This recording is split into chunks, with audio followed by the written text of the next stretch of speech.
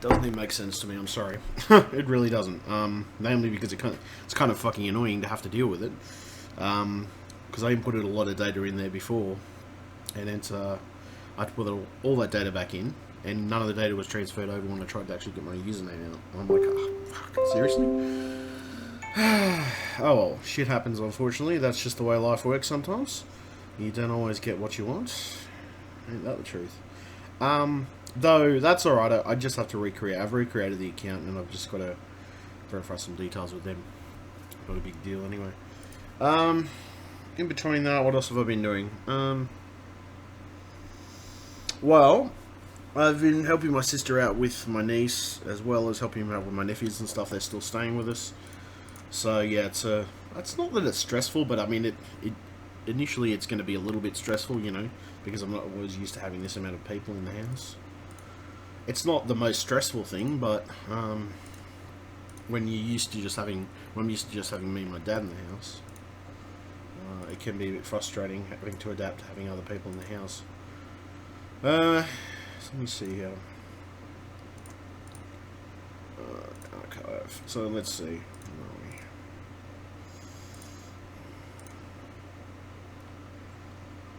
So, I've actually gained a couple of subscribers from a couple of YouTube groups I've been subscribing to, which has been fantastic so far. I've really enjoyed the Facebook groups. Some of them are troll groups. I don't mind those. When I'm in the mood to troll, I'm in the right perspective of mind. And, you know, I don't know, it depends on whether I'll use one of my dud accounts or not. But yeah, no, when I'm in the right perspective and the right frame of mind, I don't mind doing a bit of trolling from time to time. Though it is, what time is it? Yeah, as I said, it is 5:24 a.m. No, we're not 5, okay. 3:24 a.m, that sounds better. In between that, I got a new game, actually. In between that, I got Quantum Break. Now, I know from initial reviews of this game. Fuck, I've been open that cunt. eBay. So let me just go to the actual, because there was some reviews before where people were saying the game was pretty much broken when they first released it. I got it after it was on sale, and I haven't had any problems with the game glitching out, except for one crash in total with that game. It's always the same though. I do tend to find the games do tend to get better over time. I don't know what it is, but every time that they have ever released a game, every time that they've ever released a AAA game, and that's always a AAA game on PC, there's always frame rate issues, there's a bunch of stuff that always fucks up with it. Now, I admit the frame rate isn't that great. For the cards that I'm sporting, I would think I would probably be honestly getting something better in the sense of frame rate. I mean, I'm probably getting about 48, 50, maybe maximum, sometimes 30, 38. See, it jumps up and down so much, and I have actually had as low as 30.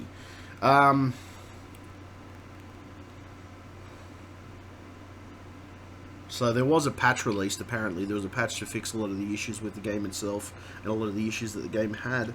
So clearly it did have issues to start with. I tested it out. This is off my point. I bought it at the time because it was cheap. I bought it mainly because I had the money at the time. I'm like, fuck it, I'll get it, because I really wanted to give the game a try.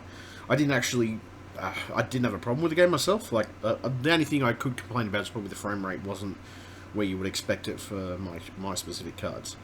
Then, I don't know, I could probably buy another set of cards and it may be the same issue, simply because it's just the way the way the game is. But there is a bunch of, let's go to this for a second. Let me just switch over to my, oops, is that it? Yes. So yeah, there was a bunch of issues that basically came up with the game. Now, I didn't experience, I barely experienced any real issues with the game. There was some issues with the game launching. No, not launching. There was some I had no issues with the game launching. The game was fine and it was absolutely perfect. Like, it launched into the system and ran. The only issue I had was frame rate. And then once in the middle of the game, I was doing a mission specifically for something, and then bam, it just decided, the whole program decided to crash. Now, that was only one time though, and then that was after about 3 or 4 hours worth of play. And I think I played about 5 hours of it in total on my system.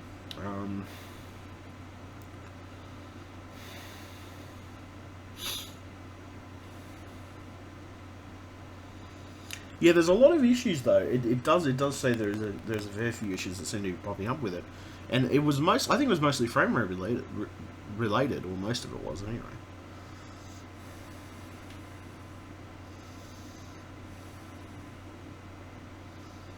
I don't know. Anyway, the game, from personal experience of playing it, I got enthralled in it, and I played about 5 hours worth of it in total. Clock up my time and I'll just see exactly how much time, but yeah, I'm pretty sure it was about 5 hours. Yes, that is correct. According to Steam's timer, I played about 5 hours worth of the game, which I was quite impressed with the game. I mean, the cinematics were fantastic. I can't fault those cinematics, by the way. The cinematics were fantastic. The gameplay never really had any big issues. I did have a couple of little glitches when I was playing in this section where all these buildings and stuff were falling around me. I did get stuck 1 or 2 times, but it wasn't bad enough. It wasn't bad enough that it warranted me getting the shits with the game, because I didn't.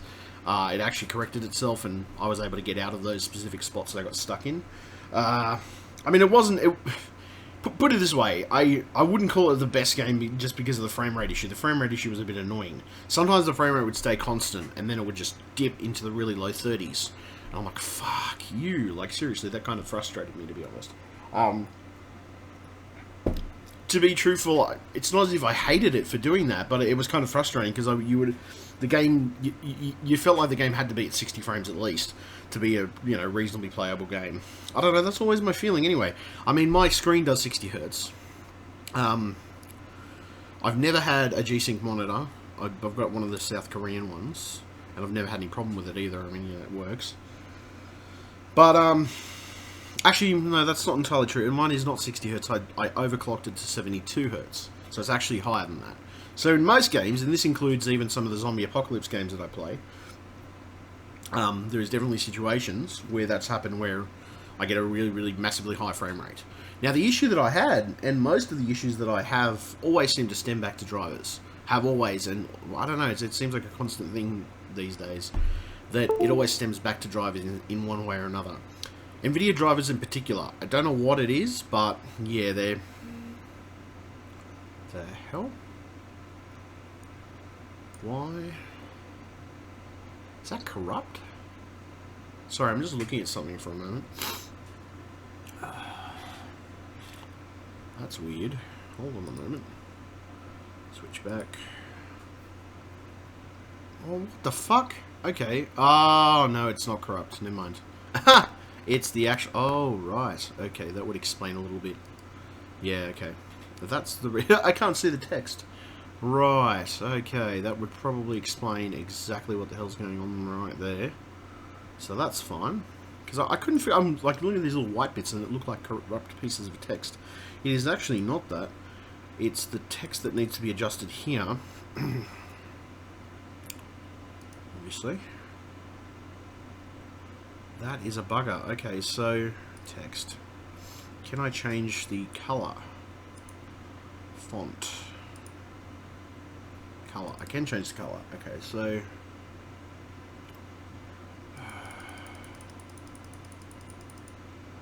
So... Maybe... That's weird. So I can't even see... No, I still can't see that text. So that's kind of annoying, because I hadn't tested this. I hadn't actually tested this when I was doing a stream, so... Oh, that's not a big issue, though. Let's see, this is sort of a desktop-free area, so I only really want the chat windows and everything else up there. So maybe just kill that piece of text. Maybe just for the hell of it, because I don't think I'm going to need it, to be honest. Anytime I'll need... Okay, so what I might do is I might just remove that. Remove? Hello? There we go, that's better. So I'm just going to remove that because I don't think it's valid, or it's just pointless having it there. Just because of... Yeah, it's fucking pointless. So... let me just switch back and see what these other ones are. I think these other ones are okay because they're... Yeah, you can see the text there. You can see the text. Actually, and you can see the text there clearly. You can see the text here. I mean, it depends on where it is, I guess. Kind of annoying. Oh well, shit happens, unfortunately. Okay, so I'm not going to gripe at that over that too much. I'll just remove it anyway. Most people know how to get to my website. It's pretty much strewn all over my streams and my other stuff anyway. It's linked on my YouTube, but I just, you know, sort of self-promotion thing. Now, what do I need? Okay, so I need to connect this to freaking chat because it's not connected. It's always fun. There we go. I need to do the same thing to all the other chats too. That's always hilarious. There's always that little bit of setting up. Well, initially there always is, especially with this stuff. Make sure all my stuff's working anyway. No, I don't know. I've been thinking about different things. I don't know. A little bit I've been, well, not consumed, but I have been watching the news on and off. Stuff's going on in Australia with some of the terror attacks and, sorry, the terror attacks in London, firstly. That's the first thing I should mention, because those are happening. I've been watching those on and off. I have been seeing some of the dodgy shit that people do. I mean, I'll be honest, I have bad days, and I get shitty days, and I get annoyed. I have things that annoy the fuck out of me. But I've concluded that some things are just not worth going hammer and tongs at someone. I mean, firstly, okay, I'm yet to understand this need. Well, okay, you know, I'll be honest, I'm yet to understand the need of a religion to dictate what other religions go for or have, you know. It's not everybody who's Islamic or anything of that nature that this inherently happens to, but the truth is, the amount of times that you see it, and the amount of times you see extremism. I mean, God, there's extremism in Catholicism too.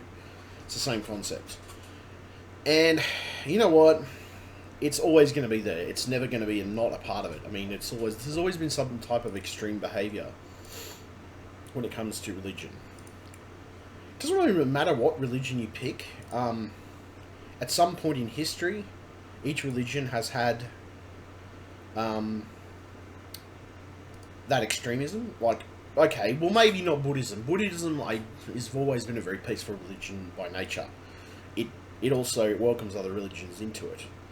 But the truth of the situation is, it kind of gets me. Like, it kind of gets me how they, you know, I don't know. When you're killing innocent women and children, and you're killing people who've not even done anything that is remotely wrong, that is a sickening fucking piece of shit. I'm sorry, but I have my times where I get the shits and I defend my family. You know, well, I don't know. I mean, in the same context, anybody goes up my family, huh? I'll fucking get on your ass about it, you know. But the truth of the matter is, fuck, the amount of times that I've seen people, I don't know, I just don't get this extremism factor. I mean, I don't get how people can go blow 1,000, 100,000 people up at a concert, and those people never did anything in their life. Now, okay, you could argue, I guess, you could turn around and say, oh, but they perpetuated Western society and all this other shit, and I'm like,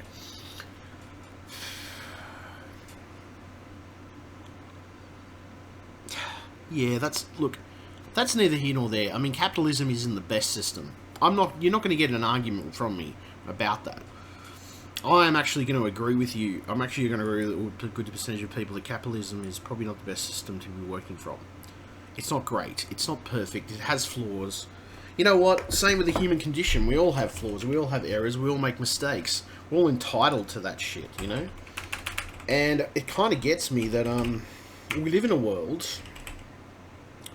where it's come to, you know, people blowing people up at concerts, and I'm just yet to understand that. I'm yet to fathom how blowing someone up at a concert, like a teen or a freaking 6-year-old who goes to one of those concerts, how that is bettering the world. Like, how is that instinctually making the world better? I don't think it's doing the world any good to be blowing up shit or blowing up people in general. It's fucking ridiculous. You shouldn't be doing that.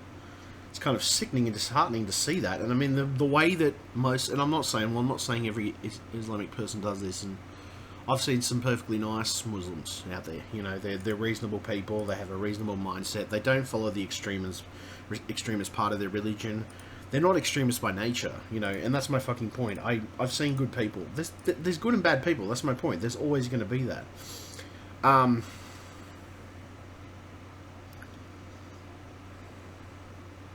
There is always going to be that, and unfortunately, you can't avoid it. Extremism is just such an ugly word. I mean, the truth is, it's an ugly word because, I mean, according to society, I'm meant to be nuts. You know, I'm meant to be crazy. You'd probably find that, yeah, okay, that's according to society's definition, you know. But I'm a pretty peace-loving bloke when it gets down to it. The only time that I will go against someone is when I feel I'm being threatened. In the context of I'm being threatened in the sense that, okay, it's whether it's the slanderous name against my business, or whether it's the opposite side of it, it's my family that comes into play. Because I will defend my family to my death. You know, I always have been that way about things. I don't know. I don't hate my family. I don't, you know. And I don't, well, okay, put it this way, I don't hate my family, I don't hate people in general. It's just, it's easy to find hatred if you look for it. If you look for that negativity in life, it's easy to find it. It's so easy, trust me. Sometimes having a positive attitude can be the best thing, is walking away from that and just focusing on the positive things. But there is negative parts to society, I don't deny that. You know, there's pedophiles, there's rapists, there's murderers, there's extremists which, you know, blow people up for fucking not believing in their religion. And, oh my god, it's just, you know, it's amazing to me that can actually happen, but fuck, this is the world we've grown up in, or this is the world we are growing up in, you know, this is the world we are living in now. This is what it is. You can't avoid the fact that people can go over the top and be extreme. Not just extreme, but to the point where they're actually going to end up killing someone or doing some damage to the world. I don't know, the other side of it too is, I mean, now, every single grain of... what it is, you can't... Every single thing that I've ever seen on the internet is its own propaganda in its own right. Like, anything, whether you're reading into conspiracy theories or anything else that may be lying around, the truth is, it's all its own propaganda. Think about it. I mean, what did the Nazis do? They put out propaganda pamphlets.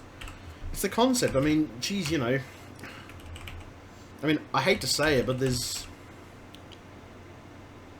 you look at Hitler, and you look at him in the long term, right? He was a man who supposedly had good intentions to the world. Now, looking at historical facts, we know that he did have, well, some things appeared to be good intentions at first, but then they moved on further from that, and it ended up being a situation where the reason he created these things is to benefit himself in the long run. And that's kind of scary, because you do look at our government, the way our government is now, and the way the government is, you know, running around with things. And the truth is, fuck. There's certain similarities to behaviours that associate with, you know, specifically, say, for example, Hitler. Now, fuck, you know, I don't know. That associate. Humans are always going to turn around and say the ultimate. You're going to say, well, no, fuck, you know, that there's no way that shit could ever happen again. It's not entirely true. I mean, it could happen, but here's the thing. There is a lot more of a media blackout than there used to be. Now, I'm not saying it's always there, but you can always tell in certain circumstances that some things are not always passed through the media. They may give you misleading information, or they may try to make things sound a bit different than they are, or they try to mislead it by saying something actually happened when it didn't, or they don't get their facts straight. There's another thing too. I mean, many media outlets will not necessarily research beforehand whether something is legitimate. Well, actually, that's not entirely true. There are some people who legitimately will check their research beforehand. But there's also some journalists who obviously won't. I mean, there's those ones that I say they're not ethically good. Well, like they've got some type of agenda behind it. Like they possibly could have been paid off. It's the same context. It's the same context with scientific tests too. Like we always assume that every scientific test that comes along is it's geared towards helping someone in a research situation. Whether it's specifically, whether it's research into a certain drug or whether it's research into something to help and repair a condition, whether it's medical or otherwise. The truth of the situation is that we, if you look at those different ways that things are said, sometimes it's not necessarily about the way it's said, but it can be about the tone, the way it's set, specific things that are said, and it can also be subliminal messages that you don't notice inherently. Like little things in the corner of the screen or certain things, And I'll be honest, I've come to notice this stuff my entire life. I don't always point it out to everybody, but I know it's there. It's mostly just small stuff. I mean, whether it's a specific thing. I mean, I don't know. There is a few things that you learn about modern day society. We like to boost our ego with Facebook. That's one part of it. We like to boost our ego with Facebook. We like to glorify ourselves, and we like to be our own celebrities in that sense. And that's what YouTube really is. It's being a bit of a celebrity.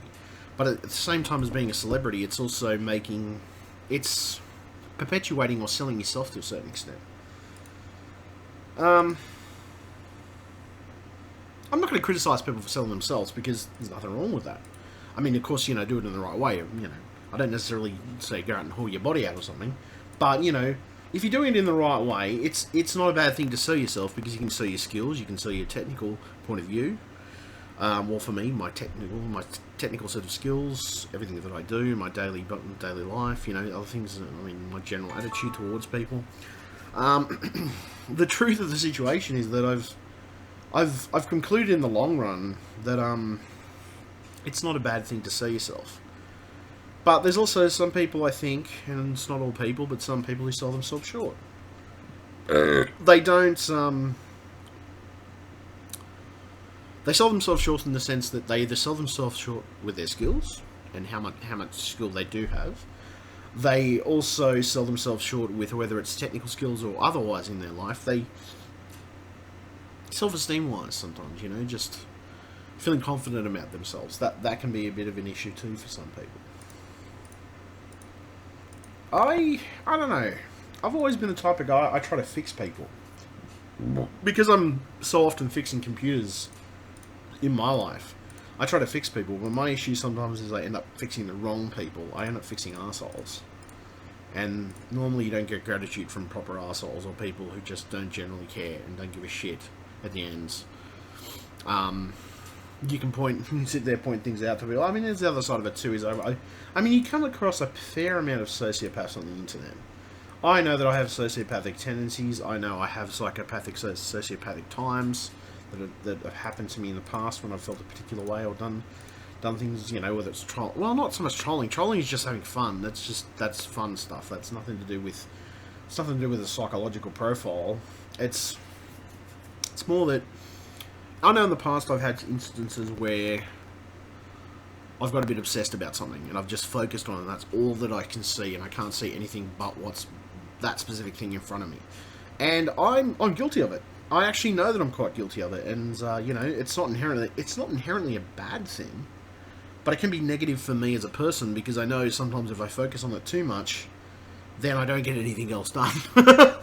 That can be the other issue too. I can be so focused on that one damn thing that my mind is just literally racing towards it, and it can't focus on anything else but, and fuck, I know I'm guilty of that. There's probably a lot of people who are guilty of that. I also tend to procrastinate about some things. I'll say that I'm going to do something, but it'll probably take me about a month or two. Some things, not everything in my life I procrastinate about. If it's say for example, if it's a computer or a machine that I have to work on, I tell people it's a 2 or 3 day turnaround. Now that's maximum at minimum 2 days, 1 day, at maximum 3 days. I try to get it done as fast as possible, but the other side of it too is if I've got about 10 other machines on the bench, it's not exactly going to be easy to fix the problem. I'll obviously do it as fast as I can, but I mean I'm only one person. That's the other thing too. It depends on what the problem is with each machine. Some machines will require more than the standard amount of time. And the truth is,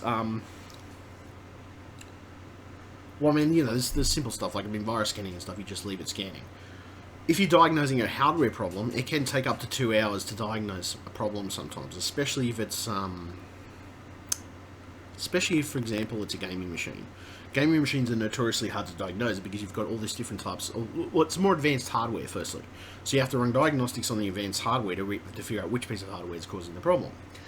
Now, in most cases, that means you've got to run a few diagnostic programs. Once you've run the diagnostic programs and you've done all that, there's certainly, whether it's listening for a clicking hard drive or something beeping, motherboard beeps is another thing too. That's a very prominent thing, especially when it comes to hardware errors. You can get stuff from blue screens. That's absolutely true.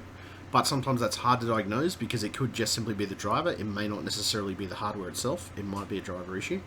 And I've had that happen a couple of times where something has been related directly to a driver because the driver was not compatible or the driver didn't work with Windows 10 or, especially with Windows 10 being the latest OS lately.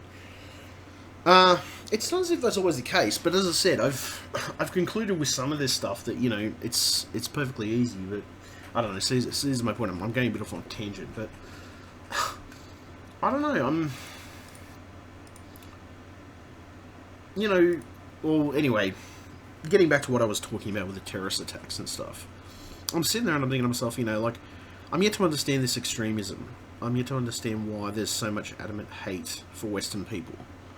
I know capitalism is not the best system in the world, and it's rather fucked in the way it deals with things, and it's all about the almighty dollar. Yeah, that's the truth. If you want to be honest about the whole entire situation, it's about the almighty dollar. It shouldn't be. It shouldn't be all about a piece of fucking paper, or in my case, a piece of fucking plastic that perpetuates and continues. Well, basically keeps life going to a certain extent, and especially modern life with electricity, power, computer parts, whatever you want to buy these days, fucking gasoline for your car for that matter. This is my point. It shouldn't all be about that, but it is. But looking at these terrorist attacks in London, and then hearing about some of the shit that's been going on in Australia lately, it's not anywhere near me, but it's up in Melbourne. I just don't understand these, like, the mindset of these people, and like the shit that's been done. I get that people get pissed off. God damn, I'm definitely one for getting pissed off. I mean, most of the time it's just randomly getting pissed off with Windows computer issues, and things like that. I mean, I rarely get pissed off with people unless I've got the shits with a particular situation, or if somebody's. I mean, I have had a couple of people trigger me when they. A couple of people have trolled me in the past, and I admit I can be triggered with certain things, and I know this, and I try not to let them trigger me if I can help it. But I'm notoriously bad for probably going off my nut a bit with that stuff. But it's only specific subjects that I get triggered with, and most of the time I try to avoid those as much as possible. I try to avoid them as best I can. But nobody's perfect, you're going to run over them occasionally. In between that, I don't know, I looked at those terrorist attacks, and I'm myself like, fuck, what in the world? I mean, I get that people get pissed off. I get that people get angry. I've had my situations where I've got the shits and I've got angry with people.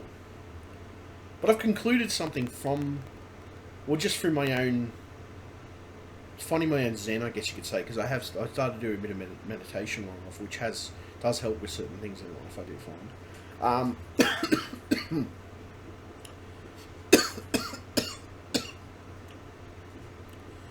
I'm finding that getting angry about something makes it worse, or makes it 10 times worse.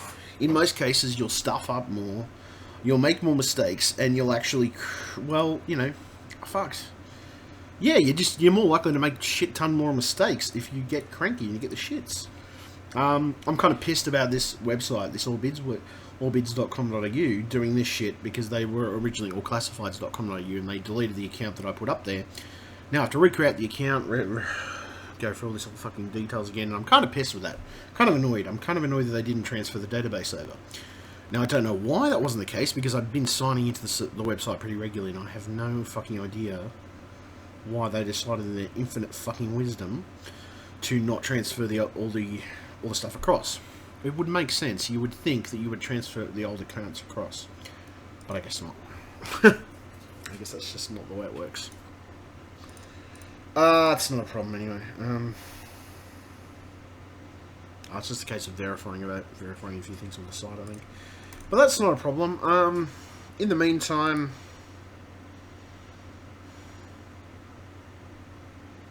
it's kind of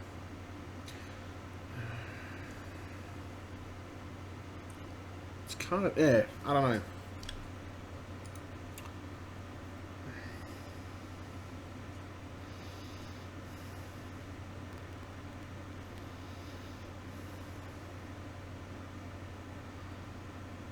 Get a free 14-day listing. So that's what's happened. So they've added the fact that you now have to pay for everything. That figures.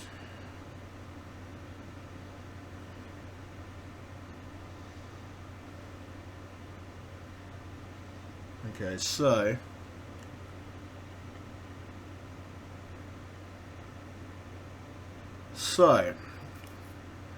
it's kind of interesting with allbids.com.au, which is basically what happened. So I've got to verify details, but the other side of it too is apparently the listings are no longer free. Not sure why.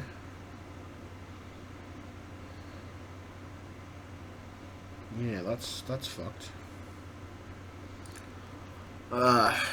That's alright. It's probably just site policy changes. I mean, the allclassifieds.com.au wasn't really a big thing. I mean, I'd get a couple of people inquiring from there. Not always a lot of people, to be honest. Not more people at Gumtree, to be truthful. And Facebook and stuff, so...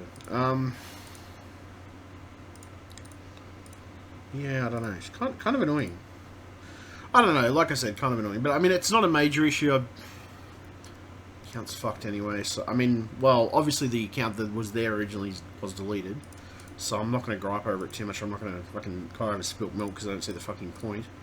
I've already got my other advertising avenues. There's a bunch of stuff. I mean, there's a few pages. There's probably a few pages that have been shut down and redone. I think there was even one that's like, what they call it, the back page or something, which was up for a while, but then they shut it down again. Most of the thing because it was something to do with the solicitation of the page, perhaps. Something along those lines, anyway.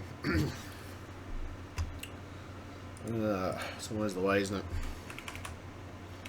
Always the way. I admit, though, the capitalist system does annoy me with the way that it just perpetuates and wants to swallow money. I don't know. Just, yeah, that does kind of get me and how the fuck it goes on with that shit. But, it's not a big issue. I'm not going to worry too much about it. I'm just going to do my own thing. It has been a little quiet. Well, not overly quiet. It's just been... I haven't really been doing a massive amount of stuff aside from helping my family. I normally be posting a lot of stuff online, and I haven't been doing much streaming lately, so... well, I haven't had a reason to do much streaming, really.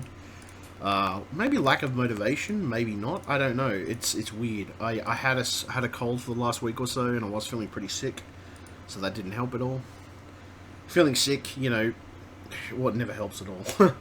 When you're generally feeling sick and you've got a cold and, you know, you feel like crap, you don't really feel like doing much. It just doesn't inspire you to do much work or do anything that's really going to be, you know, over the top. Fuck, I don't know. Just, it's kind of fucking amazing. Kind of fucking stupid at the same time. But yeah, no, I think that's the conclusion I've come to, though. I don't know, just, well, as I said, I was talking about the terror attacks. I don't understand London. I don't understand, you know, like... I mean, I get, you know, I get people get angry, I get people get pissed off. I think there are justifiable reasons to have someone killed, and I also think there's justifiable reasons to give someone the death penalty. I've always been pro-death penalty. I do believe that there's some people who deserve to be taken off this planet because they're not the type of people that should be on this planet in the first place. Do I feel that all the time? No, but I definitely say with some people that I've seen, some cases that I've seen. I've been posting some recent stuff on my Facebook. I posted a, what did I post? A while back I posted up a couple of a couple of articles from different news outlets in Australia. And it was mostly related to child killers. What else? I posted a few other things. Oh, the fact that Windows and Microsoft was going to be releasing three different versions of Windows 10. I don't know, it kind of gets me with that, because I'm kind of scratching my head on that. Firstly, I'll tell you the reason for that. Because they released several different versions a few years ago, and they confused the fuck out of every consumer when they did it. I just think it's kind of stupid they're releasing all these bunch of versions. I mean, I get, you got your corporate versions or whatever, but, like, they should be separate to the consumer market. You should just have maybe set two versions of your consumer product. It's logical. Then, there's no fuck-ups and no confusion about shit. And, other thing, confusion about whether somebody wants certain features or whatever and things like that. Then I put some other stuff up as well. Teen sexually assaulted in Victoria. That was fucked. I got to admit that was pretty fucked, and it was kind of... Yeah, it was pretty fucked. I got to admit that. It was rather screwed up, and I can't understand for the life of me. Yeah. I don't know. Then, the bodies of a woman and a child have been found at a house in South Australia. I don't know, there's a lot of murders going on, like a lot of people killing people. And like I know what anger is like, and I know what it feels like to have that much anger in you, that you want to do something like that. And put it this way, I've been cranky enough in situations to feel like I want to fucking act on some of those things. Do I necessarily act on them? No. Definitely not. Do I have good self-control? Definitely. Always have. That's never been an issue for me. Having self-control has never been an issue. And then it says, woman arrested after baby dies from stab wounds in Melbourne. 13 times apparently the child was... No, 13 months. A 13-month-old baby died of stab wounds. I still know. I'm sorry. I don't know. It's just like there's so much like I don't know. Look, I'm sorry. Maybe it's just the articles I've been reading online, but like these are just these few articles I picked up on my local news feed. Not just news feed, but it was on some of the news apps that I've been using. Woman arrested after a baby dies from stab wounds. Then we got another fucking Brisbane couple charged with murdering and the torture of their 2-year-old daughter. Then we have the ISIS attack, supposedly a lone wolf attack, that happened where a woman was taken hostage, and she escaped and injured 2 police officers, and there was maybe, I think, 1 person dead. 2 people died, never mind. 2 people died, 3 police officers were injured during a siege of Brighton apartment building, and apparently one of those hostages escaped. I don't know, it's just fucked. I'm sorry, but me, I really am yet to understand some of this shit. Like, normally shit doesn't affect me very often. I mean, I try not to let shit affect me. But when you see the amount of shit going on with this extremism, and you know what, I don't think it's every Muslim that is the case, that's, that it's always the... Well, okay, put it this way, I'm not going to blame the Muslims, because I've seen Christian extremist groups just as bad. And I've seen good examples of that around. But ISIS extremists, yeah, I don't know. I just don't get it. I really don't. I don't get these attacks. I I don't get what the problem is. I mean, okay, society's fucked up, no doubt of that. Do we have some parts of the system that are corrupt? You won't get an argument from me about that. But I think blowing things up and killing innocent children and women is not the fucking way to get someone's attention. You know, it's... Fuck, it's just crazy. I mean, I fucking have my crazy days, but Jesus Christ, I don't know what these cunts took. I think they need to smoke something, to be honest, by the looks of it, because I think they actually need to calm the fuck down. That's just from reading the articles that I've been reading. No. Shit, you know, you try to stay positive in you know what seems like a negative space at this point in time, I guess. I don't know, just yeah, it's amazing. But yeah, this is another thing too. It's a book that was banned, which is basically a terror manual, which supposedly got banned out of Australia. They were even importing it for a while into Australia, and Australia banned it, and they confiscated all the copies of it. It's an extremist book to hide how to hide from Westerners and how to hide from people, and yeah. Yeah. That is pretty screwed. I'm sorry, but you know, these few articles that I have going across my Facebook, I mean, you know, there's some good ones and bad ones. Well, this guy, obviously, I don't know, it says he crashed into a Melbourne childcare centre. That was mostly I think he was drunk anyway. I'm gathering there must have been alcohol involved, because he crashed into it and his car blew up, and, well, you know, there must have been some type of booze involved at some point. Don't drink and drive, kids, just saying. Never drink and drive, that is not good for you. It will fuck you up, especially if you get into a car accident. Ooh. Deadly Siege. I don't know, as I said, I saw this stuff this afternoon, and I'm like, fuck, you know, like, what the hell is going on in this world, you know? Some of the sick and twisted shit that's been happening, and I'm like, I have my bad days, you know, but I'm supposed to be the crazy one. According to society's definition, I'm supposed to be the crazy one. I'm supposed to be the one who doesn't notice. You know, I'm supposed to be this type of person. But it's actually been proven by fact that most schizophrenics aren't inherently violent. You know, they're just human beings like the rest of us, you know, and that's kind of, fuck, I don't know, like, what the fuck?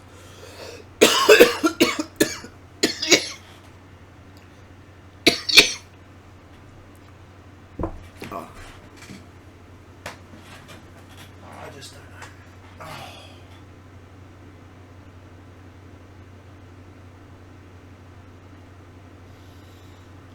Oh.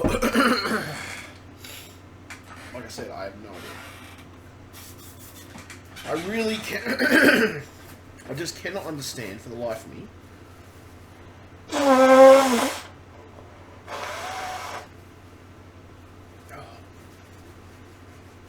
I cannot understand for the life of me how extremism comes into play with this. The amount of innocent lives that have been lost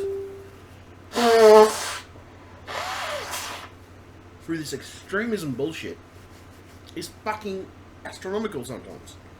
Not astronomical, but it's fucking high. I don't know.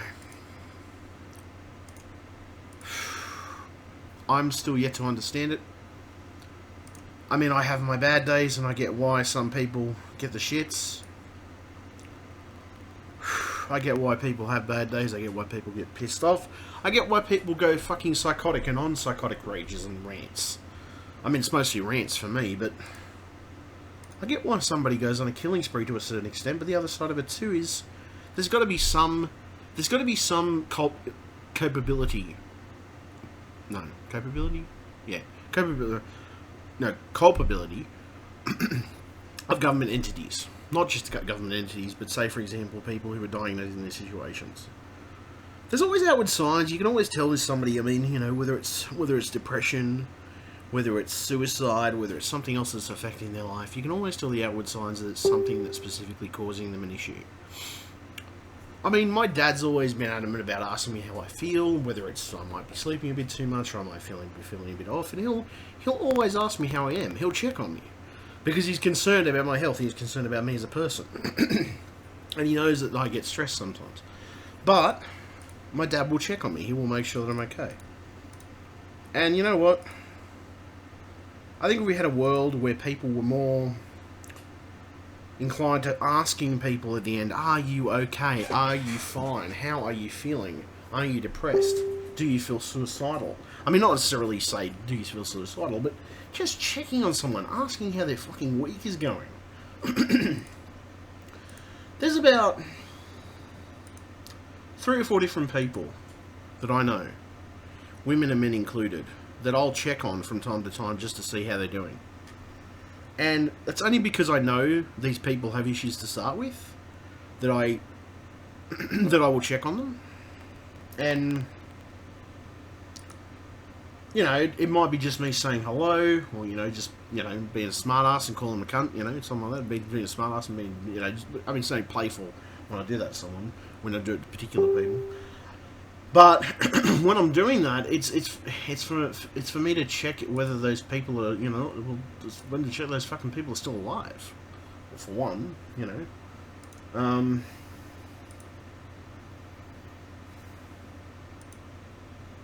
we do live in a world where people have stopped caring, and it kind of saddens me to see that the world has fallen that far into itself. That we are so consumed by ourselves. I don't know. Sometimes I'm consumed by myself. Depends on how I'm feeling. Some days I'm perfectly fine. Some days I'll not be so consumed with myself. I mean, for example, I might be focusing on my YouTube channel or some stuff that I'm doing on my YouTube channel. Other days I might just be focused on my family, like whether it's talking to my dad. The other side of it too, I go out and have a conversation with my dad when he's watching the football or something like that. I mean, fuck. Just living in a world of careless, non-caring assholes. That's the problem. I mean, I don't know. I'm not naive by any means. I've been around, and the problem is that people have accused me of being. I don't know. I don't know. Well, people have accused me of being not social enough. That's not entirely true. I'm when it comes to online stuff, I'm very social and very big socially online. My issue I found with dealing with people in real life sometimes is, I don't know, it's weird. Some people I don't have a problem getting along with. I honestly don't have a problem with getting along with people, but some people are just dickheads naturally. I don't know. My fucking point that I'm trying to make is that I just think the world needs to occasionally ask if somebody's got an issue or talk to people. I mean, fuck me sideways. Is it that hard to communicate with fellow human beings? I can honestly say, as somebody who pretty regularly communicated with different people, and over the years, I talked to tons of people on Skype. Whether it's through the fact that they have a depression issue or they have something else they want to talk about, fuck, I don't have an issue talking to them about that. I've always, I don't know, I've always been the type of person who offers, a listening ear. I'll listen to what problems people might have, and, I don't know, stupid. This fucking cable's giving me the fucking shits at the moment. I haven't got the replacement cable yet. So I'll fucking wait until I get the stupid cable replacement cable.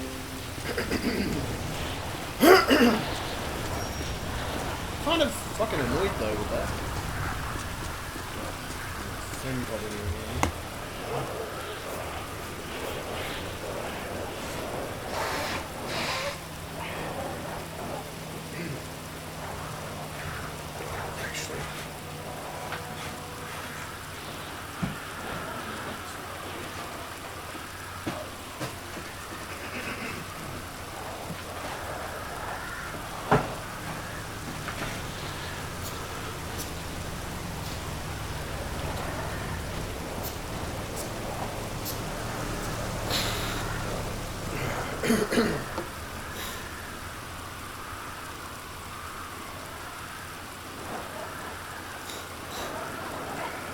Yeah, I've been using it's for it's for sensitive noses.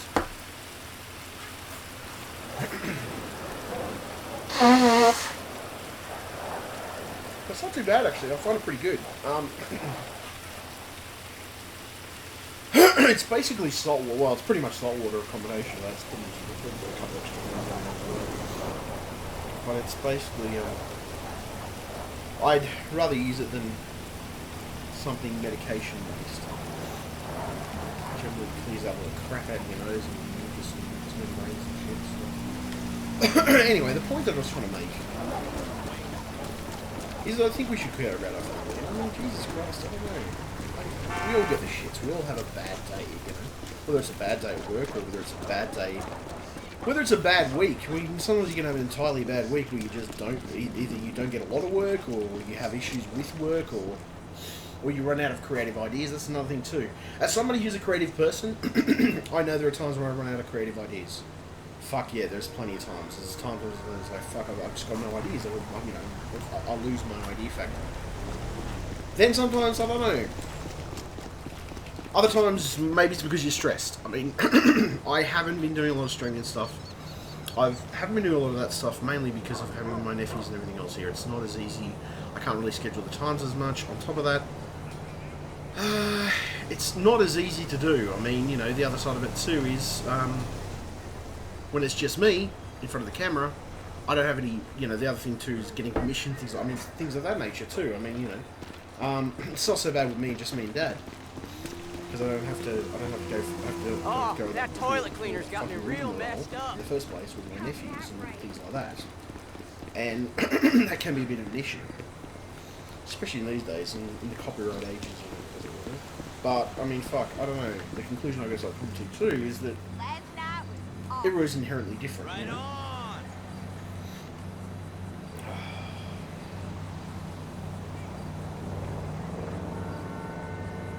I don't know, just all this terrorist crap is just like, fuck, what the hell is going on in this world? I mean, seriously.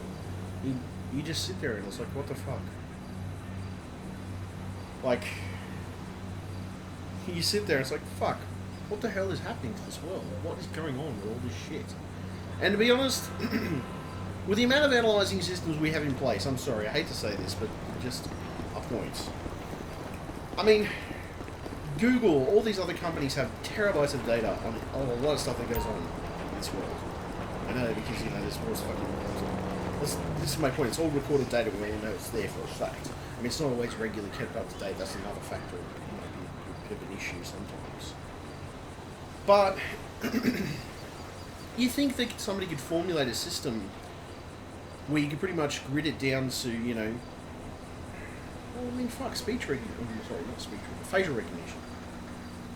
Oh, I don't know, just terrorists fucking. Oh.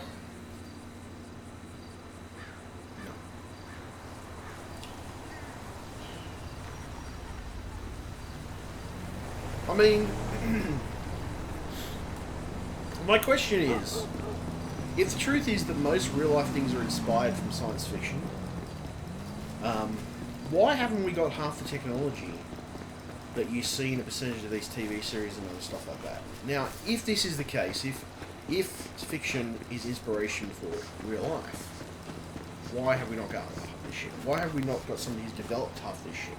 Why haven't we got a working system? And I have to question that. I'll tell you why. Because firstly, because the amount of shit that the government and the fuck. How much money has the American government invested in military over the years? Like, how much fucking money? How much money do you think they fucking got? Jesus fucking Christ, what the fuck? You would think they would have some type of viable defense system. I'm talking about a defense system that, you know, recognises the terrorists before the events happen, you know? A predictive system even. Jesus fucking Christ, I mean, you know, with all these brilliant fucking mathematicians, some cunt's got to come up with a fucking algorithm to fucking work that shit out. And that's kind of like, what the fuck? As I said, that's kind of the thing that's got me with this stuff. I mean, we know there's plenty of brilliant people in the world. You see them everywhere, you know, and a lot of them are growing up in this world as well. There's a lot of brilliant people, a lot of brilliant engineers, there's a lot of brilliant people, mathematicians or otherwise. Why? I mean, at the end of it, I'm not getting... And I'm not saying every idea is being rejected by the government, but there is some degree of ideas that get rejected pretty quick. Simply because, oh no, that's not practical, or something like that, or this, you know, it's going to cost them a fucking ton of money to modify that pistol, or modify something with a safety feature on it. Fuck off, kid. What, so basically you're just going to let people, you know, whether it's the fact that somebody shoots their fucking foot off because of the fact that the gun, you know, I mean, okay, I was reading some article a while back about fingerprint recognition for a gun, so it can't be fired without a fingerprint, which just makes sense. Why wouldn't you have that technology built into a gun already? Like, you're an idiot if you don't. I'm like, fuck, you know, like, so much... Yeah, I mean, if you look at every aspect of science fiction, you can take ideas from science fiction and apply them to real life. Because a lot of that technology is now coming into effect. A lot of it's being made, a lot of it's being designed. There are people that are even funding their own stuff and creating their own technology because, you know, the normal spectrum of companies won't fund it because they'd feel that it's not worth the money. But there's people who are putting their own money into it, and you know, there's the other side of it too. Is there's a lot of people who don't, whether it's Indigo or these Kickstarter things or whatever. All that shit. I mean, fuck if I know. Terrorist attacks suck. That's all I'm going to say about them. I just believe there's better preventative systems that can be in place. I believe there's more data accumulation that can be done. Not just that, but fuck, you know, there's monitoring systems that can probably be put in place too. You know, like, what the fuck? I've seen you in worse. The other side of it too is it's starting to make me wonder when certain people in the higher up bracket don't really give a fuck. They just, you know, oh, a couple of low end people killed low end people. You know, this person killed this person. This is extremely uncomfortable for me. I mean, money, yes, it will get you a fair amount of things in life. I'm not arguing that. Jesus Christ, it's not everything. I'm sick of that dictation, man. Like, what the fuck?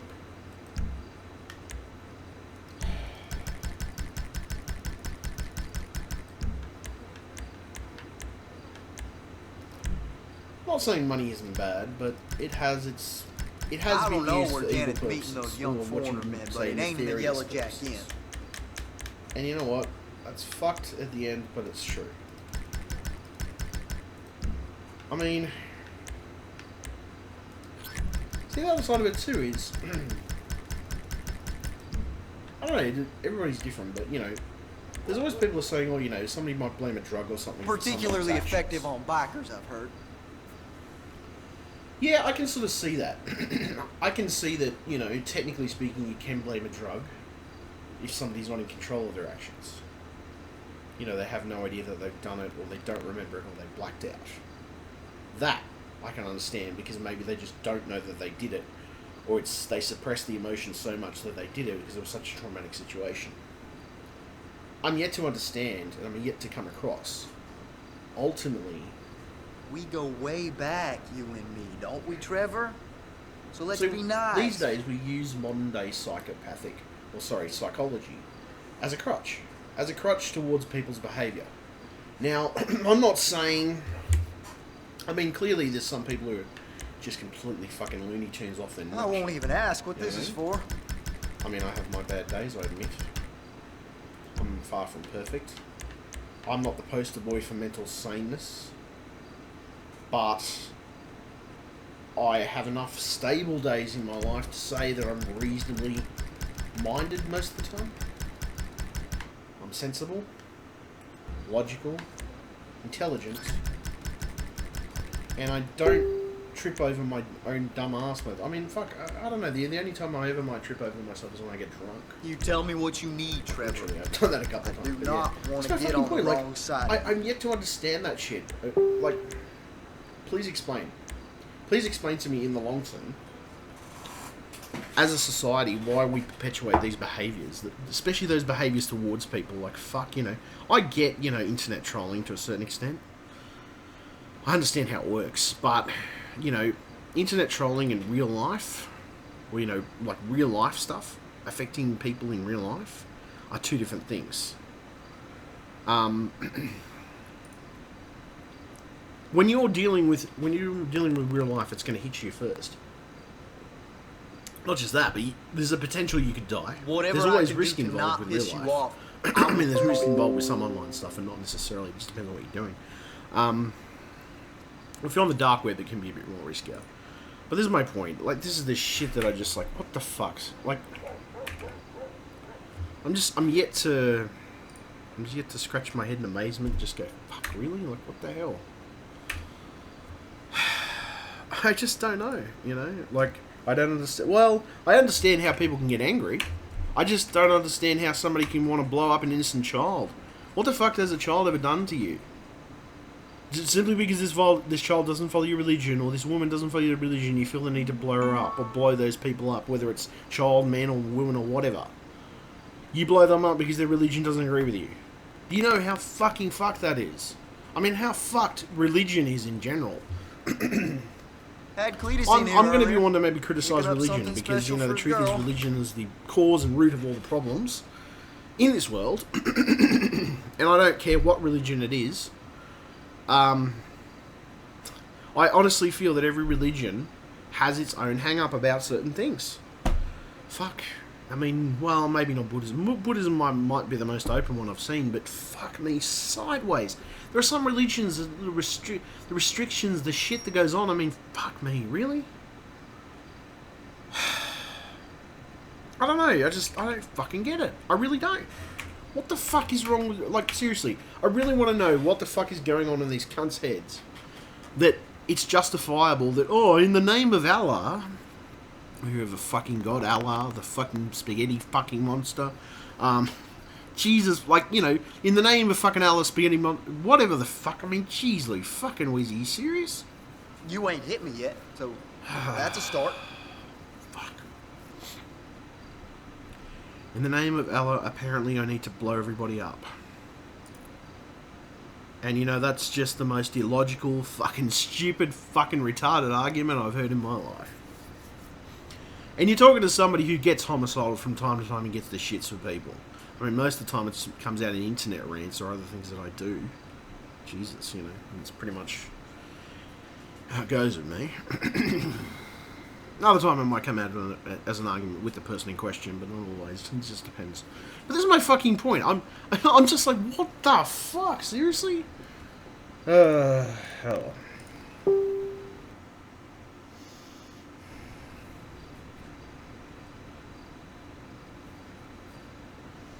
No, dude, I'm not going to fix it because I like it that way. I hate my life. You know things are bad when Ma turns you down for a date. Yeah, firstly I would fix it, but I mean, I'm upgrading and changing my PC out so often, I don't see the point.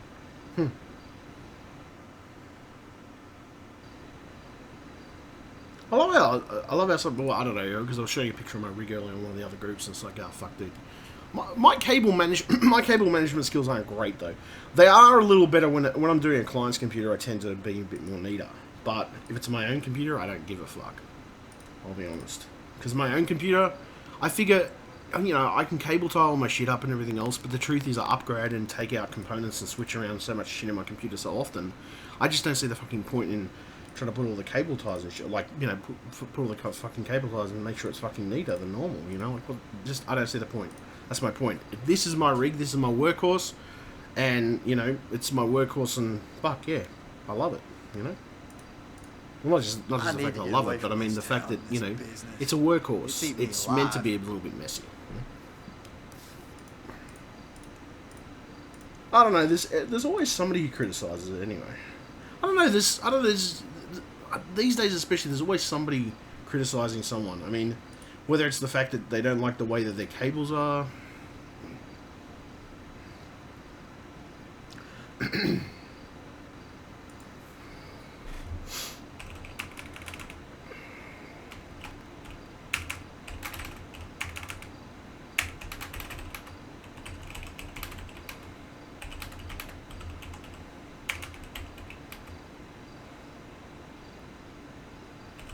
I've seen you in worse moods, so I'm hopeful that this won't end too nasty.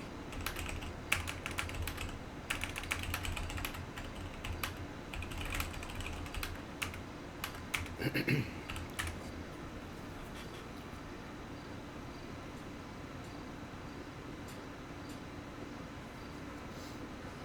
don't know, there's always somebody who feels they can throw their fucking 2 cents with it. And to those people I say, fuck you. Get over yourself. I mean, seriously, you know, the other side of it too is this person I don't even know. Actually, let me look. Check out his profile.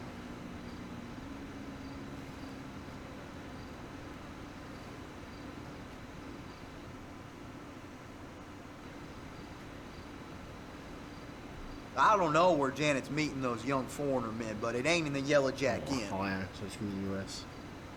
If it was a client's computer, I wouldn't have an issue with that, but it's my computer, so, you know, I don't really care.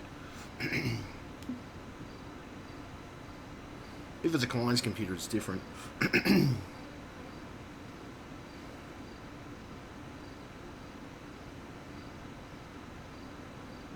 Sorry, I'm just going to quick squeeze here. Oh, so he's a tech himself, okay. Well, that's fine, I mean...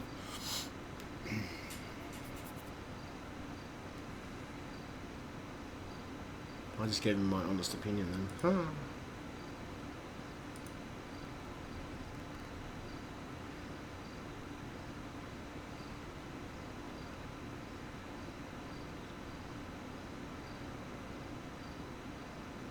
We go way back, you and me, don't we, Trevor? So let's be nice.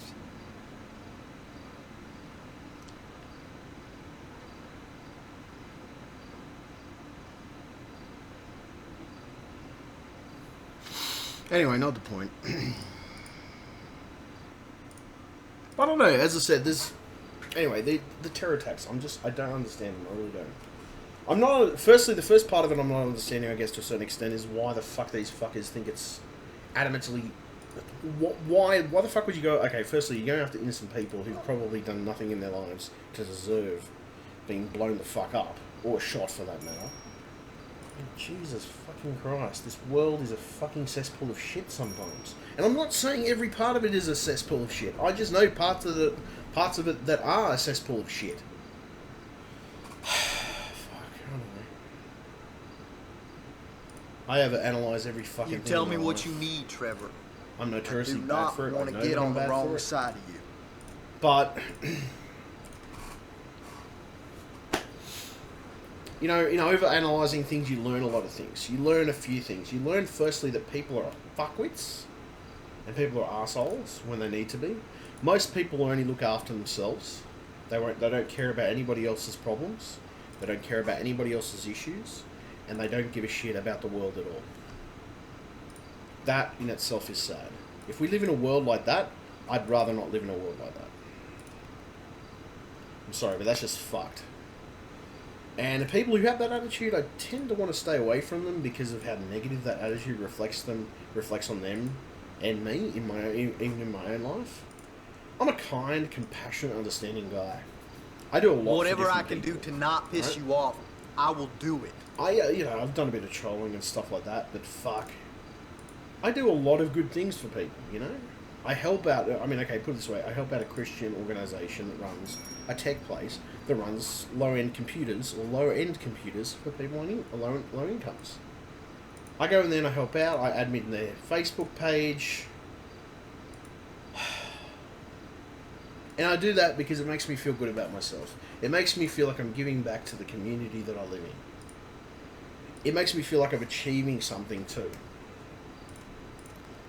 I don't know, probably to be honest, I might see if I can start going back in there again. I have been mostly doing admin work on their Facebook page lately, but I think I might go in and see how they're doing, to be honest. But I don't know, supposedly the original guy who was there, who was in charge, has now changed, and I don't know what's going on with that. The problem is, with that, I have to get used to the new person, I have to get to know them, it's a whole big social fucking dance. Had Cletus in here earlier. Kind of frustrating Picking to do up the something social dance. special I for his hate the girl. social dance thing, because it can be frustrating to do.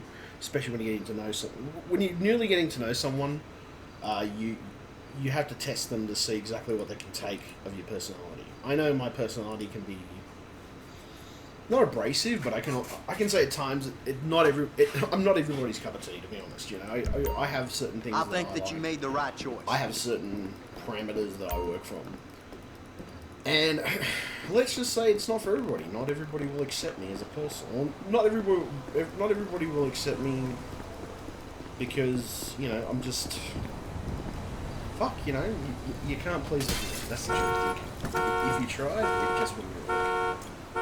I tried doing that for most of my life to please everybody else, but, you know, fucking most of the time,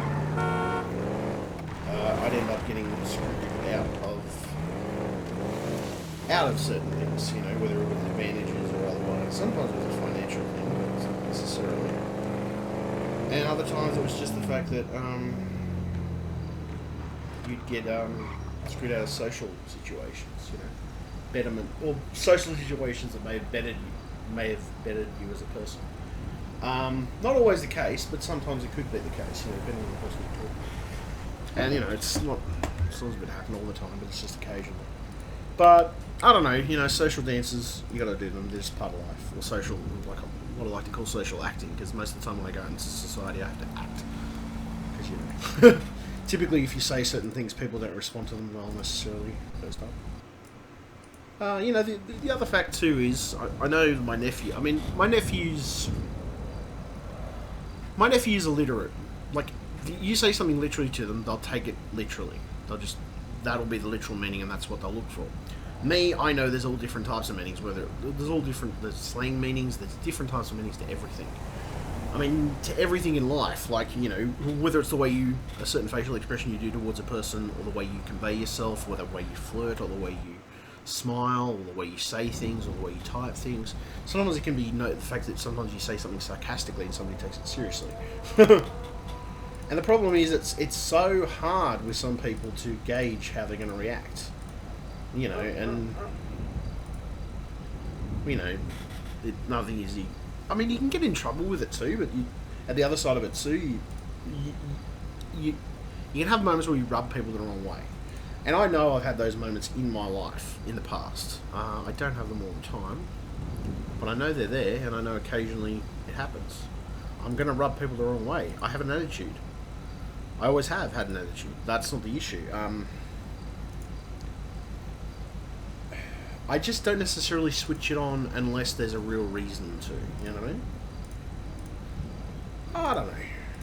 See, the other thing too is, I think it's okay to challenge authority if authority is not correct. Like, if there's a rule that you've disobeyed, I get that there's, you know, I get in that situation that you have to have a penalty for it. But when it's a rule that's completely stupid and fucking pointless and was just made up to, you know, perhaps gain revenue or something like that, then I don't understand that. That's what I don't understand there. But if it's a rule that is, you know, thou shalt not kill or something like that, like, you know, in the context of some type of Bible commandment, into that context anyway, I get that. I understand that, you know. There's a difference between right and wrong. I realise this. But, you know, the other side of it too is, I think the world sometimes needs to be shocked into understanding people better. Like, fuck. We live in a society where, you know, everybody's so politically correct and fucking... It's always about being politically correct. I mean, where the fuck does that shit go? I mean, it doesn't work a lot of the time because, you know, not everybody's politically correct. People will say shit that's just random and outlandish. It just happens. Political correctness, I don't know. Be damned. It's just... That's Aussies though. I mean, I don't think there's any more time.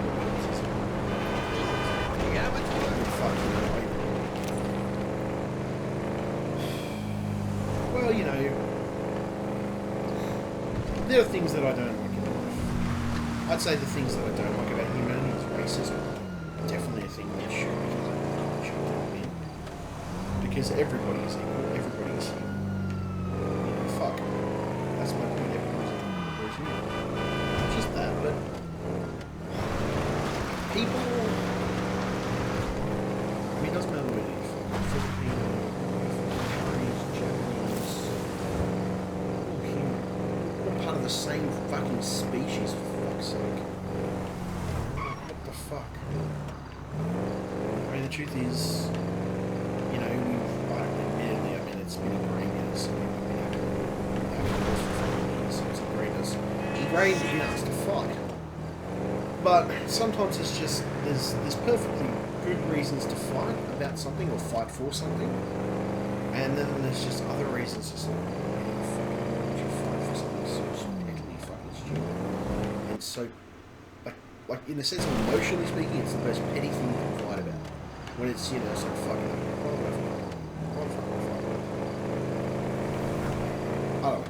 Maybe I'm a little bit of a hippie in some respects, but I think the world should get along. Maybe a little bit. Don't mean that just because I'm a bit of a hippie does not fucking mean that I can't kick your motherfucking ass when it's needed. But my point that I'm trying to make is that, you know, in the long run, I've learned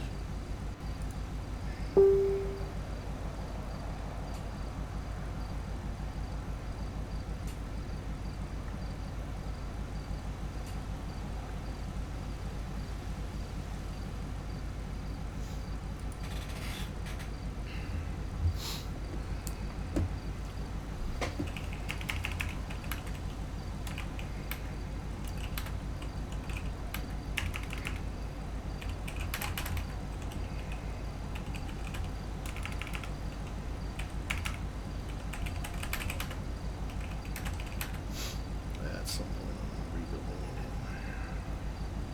That's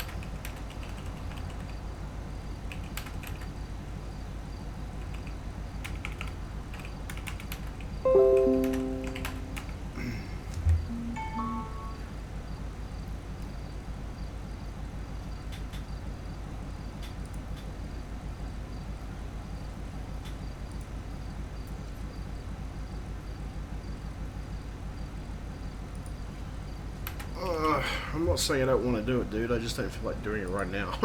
It's like 3 o'clock in the morning here, so I will. Maybe at some point I'll actually organise my cables a bit better.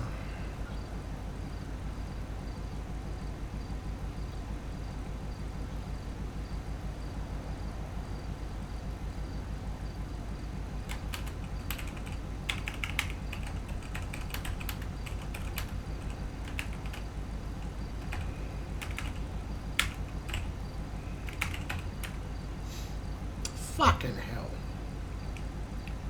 Cunt.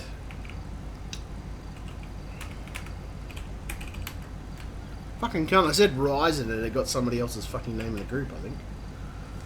Oh my fucking god. You prick. I hate that. Anyway. There you go, you cunt.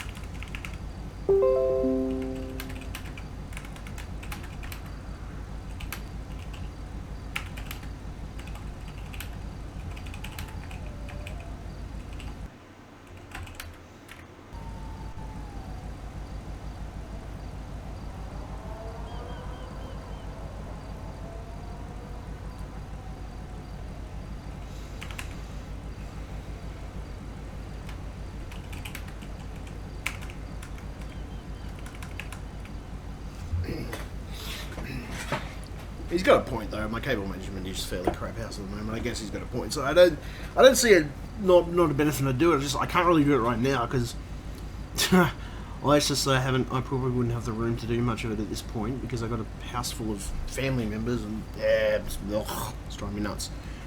My family's driving me nuts. I love them, but they still drive me nuts.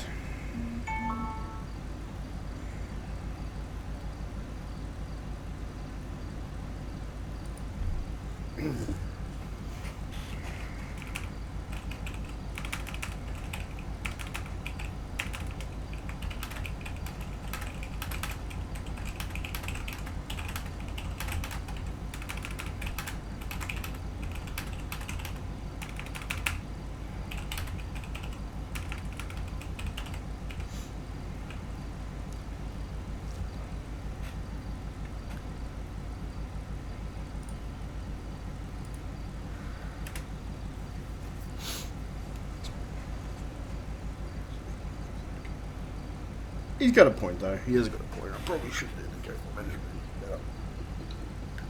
At this point, though, my brain is awake a little bit. I need a bit more coffee before I really wake up.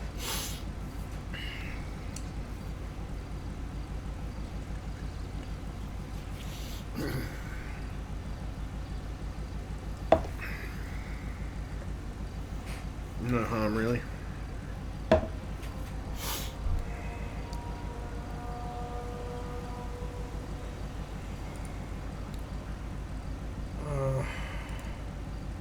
I do need to, yeah, I probably do need to work on some cable management. I'm not going to do it, no, see, I know if I get into this I'm going to fucking fiddle around with it, I'll fucking spend 2 or 3 hours on it. I'll set aside an actual day and I'll sit there and I'll actually do for it. As I don't know, lately I've had this fucking cold and all those shit has been, well no, it's just generally I've been late with a lot of things in my life, so, well, this cold hasn't helped. It's made me a little bit more lazy in that extent, just because of the way I've been feeling, but I'm not too bad now, so maybe I'll motivate my ass a bit more and get off my ass and achieve something. You never know. Yeah, thinking I do want to rebuild to Ryzen. I do want to rebuild my computer into a Ryzen build, but I don't know when that's well, it shouldn't be too long. As I'm saving money at the moment, so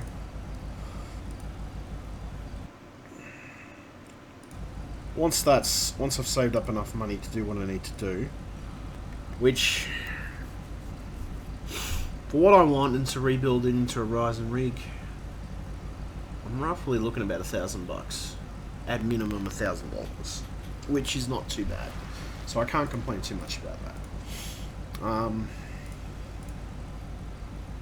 1,200 if I wanted a board that was a bit better. So yeah, that probably wouldn't go astray. Oh fuck me. I'm not feeling too bad. I don't know. I've been okay. I guess you could say with the shit that I've been seeing a lot with the London, you know, the fact that London, well, there's terrorist attacks, you know, and then a lot of the articles that I've sort of gone through today, I would say they're negative, you know. I mean, there's no other way to describe them. They do have a negative impact on you, especially if you're somebody who sees a lot of shit going on in the world. You examine things and you sit back and look at a lot of this stuff and you see it all happening, and the truth is you can't necessarily you can't fix it all. You could try, but it's not necessarily, you aren't necessarily going to be able to fix it from where you're standing, you know. And that's the sad part. Like, whether it's the attitudes of guys, whether it's the attitudes of the world in general, or, you know, people's attitude towards religion, or whether it's the fact of extremism, that's another factor. You can't change people's opinions simply by saying something, because everybody ultimately, and I mean the truth is, it's just some stubborn ass motherfuckers who are so pig-headed they wouldn't listen anyway, even if you fucking pounded their head into a wall to get them to listen. You can't get everybody to listen to what you have to say. Some people just don't want to listen. Some people choose to live in ignorance. They choose to stick their fucking head in the sand and not care. I guess I'm one of those people who cares. I'm rare. To to some extent. I don't know if it's a good thing or a bad thing. Some days it can be a bad thing depending on how I'm feeling. And with my mental conditions, I probably shouldn't be caring. You know, I shouldn't be as caring as I am. But fuck me, I'm gonna care, motherfucker. I'm gonna care because I care. I'm gonna care because I think sometimes it's okay to care. It's okay to love. It's okay to trust. It's okay to be human. Never feel bad for being human. I will not do that. I will not feel bad for being human. I'll feel good. Even though I am a slightly psychopathic and fucking sociopathic human from time to time. Admittedly. It depends on my frame of mind. I don't know how my fucking week's going to, but... Oh, fuck. I am far from perfect. I'm faulty. But you know what? Just because I'm faulty doesn't mean that I'm incapable. It means I'm quite capable of a lot of things, actually. To be honest, like, most people would say that a mental illness is a disability. I've never believed that. I believe it's more of an ability because it gives you the ability to do things you wouldn't normally be able to do. I mean, there's always been these different beliefs, you know, like extrasensory perception was a context that perhaps it was witchcraft, and you know, I mean, all the different religions have their different take on it, but you know, growing up, I was more electrically inclined. I wouldn't say my written side of things was always good, because it wasn't. The truth is my written side of things was always pretty shithouse. But it's got a lot better. I've improved it. And I've managed to improve it, and I've managed to make it better over time. It still probably needs more improving, no doubt of that. And I'm doing it slowly but surely. I'm doing it my way, but I'm doing it slowly but surely. But the truth is, I've concluded that just because my written ability wasn't necessarily up to scratch at the time, when that, you know, years ago, this is, you know, well, going back to high school mostly, doesn't mean that I wasn't smart, and it didn't mean that I didn't have good ability, whether it's common electronics or, you know, fixing machines or whatever. That's my point. All that stuff, I mean, practical knowledge. Because a lot of my stuff was practical hands-on knowledge that I had from me doing it myself and me mucking around with it, taking it apart, pulling it apart, you know, fixing something, checking something, diagnostic-wise. Now, most of that stuff was done through hands-on experience, and, you know, that wasn't a bad thing. I think it just depends on what you're doing, but most of my stuff was taught in a practical manner.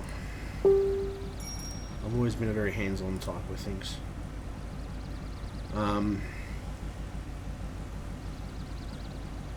The other side of it too is because I was a very quiet kid and I didn't really say a lot most of the time. People always, I mean, most people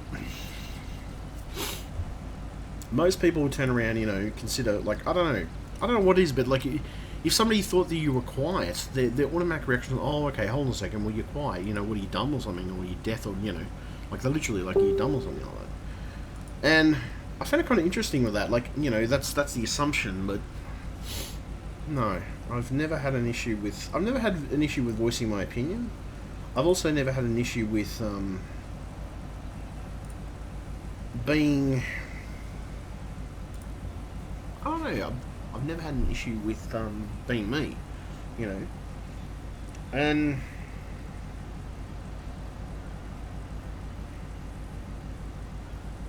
I don't know. That was going somewhere, but it sort of left off and walked off into a trench and blew up. Because there was a landmine there. It's kind of where that walked to. I had some train of thought. I'm thinking, you know, it's like I felt like going into something there. It's like, yeah, fuck it, no, leave it. I'll just leave it alone for now. But yeah, no. I guess you could say at the moment most of the terrorist stuff has just got me a little. What the fuck would probably be the best analogy to put, because like what the fuck is going on in this world? That's kind of where it's got me at the moment. And for the life of me, I just don't understand. I mean, I get people get cranky. Yeah. Sorry. I sort of slept earlier, but I had a few wines and stuff. I was just relaxing and smoking. And just I'm pretty relaxed, to be honest. I'm just chill at the moment. I have been watching, and what I've been watching lately, I've been watching Crossing Jordan because of this cold and stuff. I'm watching a bit of Netflix. I've been watching Crossing Jordan, which is a pretty good show. I love those type of CSI sort of criminal minds type stuff. It gets into the criminal psyche. It's interesting. It's good studying a case. Plus, I do read this psychology. I've got this Psychology 101 that manual that I read online, and yeah, it's good. It's good to have different subjects to read about. You know, whether it's news articles that you generally get from the web, or whether it's random emails as well. That's good too. But don't always read your spam because sometimes it'll fucking just go, what the fuck is this shit? Because I've seen some fucked up shit in my spam box. I can tell you that much. Let's see. Fuck to find out. Told some crazy. I don't know, lack of motivation, I guess. Well, at this point, I think lack of motivation because I'm just feeling it's put my routine out of whack. Because I've got my family, I've got my nephews and my niece staying here, and I've got a certain routine for things that I do each time. And let's just say it's when you've got other people around, your set routine goes to shit. You know, since you schedule something specifically for a specific time. The other side of it too is I tend to like to not have too many disturbances when I'm doing streaming and stuff because it's not easy to. Sometimes you can lose focus. You can either lose focus on what you're doing or what you're saying, you know, or whether it's a particular subject you want to go on about. Sometimes you can lose focus, especially when you've got other people around you. It's not so bad. My dad's not so bad. He's okay because I always expect him to occasionally, intervene or ask me a problem. I mean, most of the time I go to my nephews, my nieces, my dad mostly. If he's got a technical problem, whether it's with his phone, whether it's Google, laptop, whatever, he'll always ask me to fix it. And percentage of the time, I'm fixing those problems. I mean, if I would actually probably charge for the fixing those problems, I'd probably make a bundle.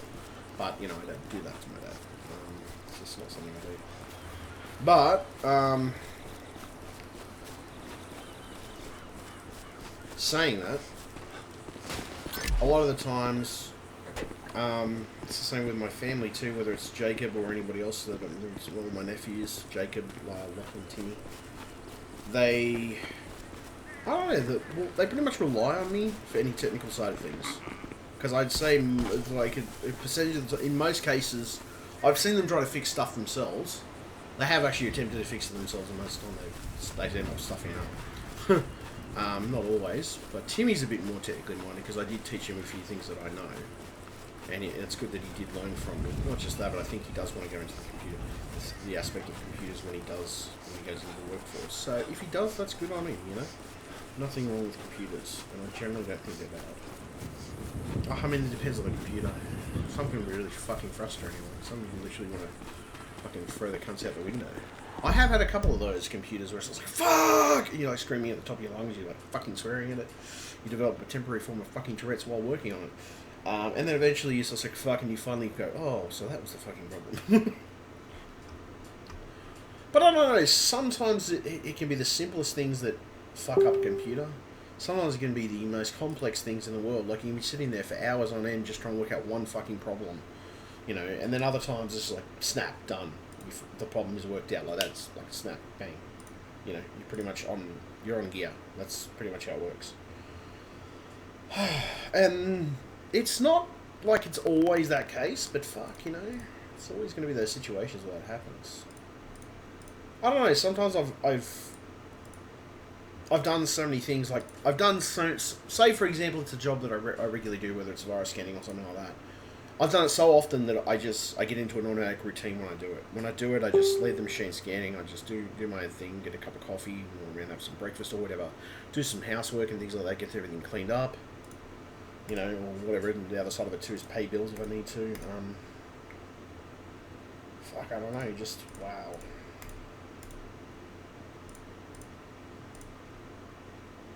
Good and bad, I guess. I don't hate people. Well, that's not entirely true. Some people I can hate, and I can literally fucking get the shits with them. But then I've learned some people thrive on that. They thrive on the fact that you hate them. So I've just learned to not fucking react. Like, that's the easiest thing you can do for somebody like that. If they expect that reaction out of you, you just don't give it to them. And that's probably the thing that, in most cases, that ends up pissing them off more often than not. Because that ends up being the thing that... it ends up being the thing that gives them the most... It leaves them lingering because they expect you to do it. Or they expect you to have an attitude, or they expect you to have... they expect you to give that reaction. And you don't give that reaction. I do have to find more IT people, though. I've had a few friends who've done IT. I still have a few friends who do IT, but... See, it depends on the person. Like, not everybody's into gaming like I am. That's the other thing, too.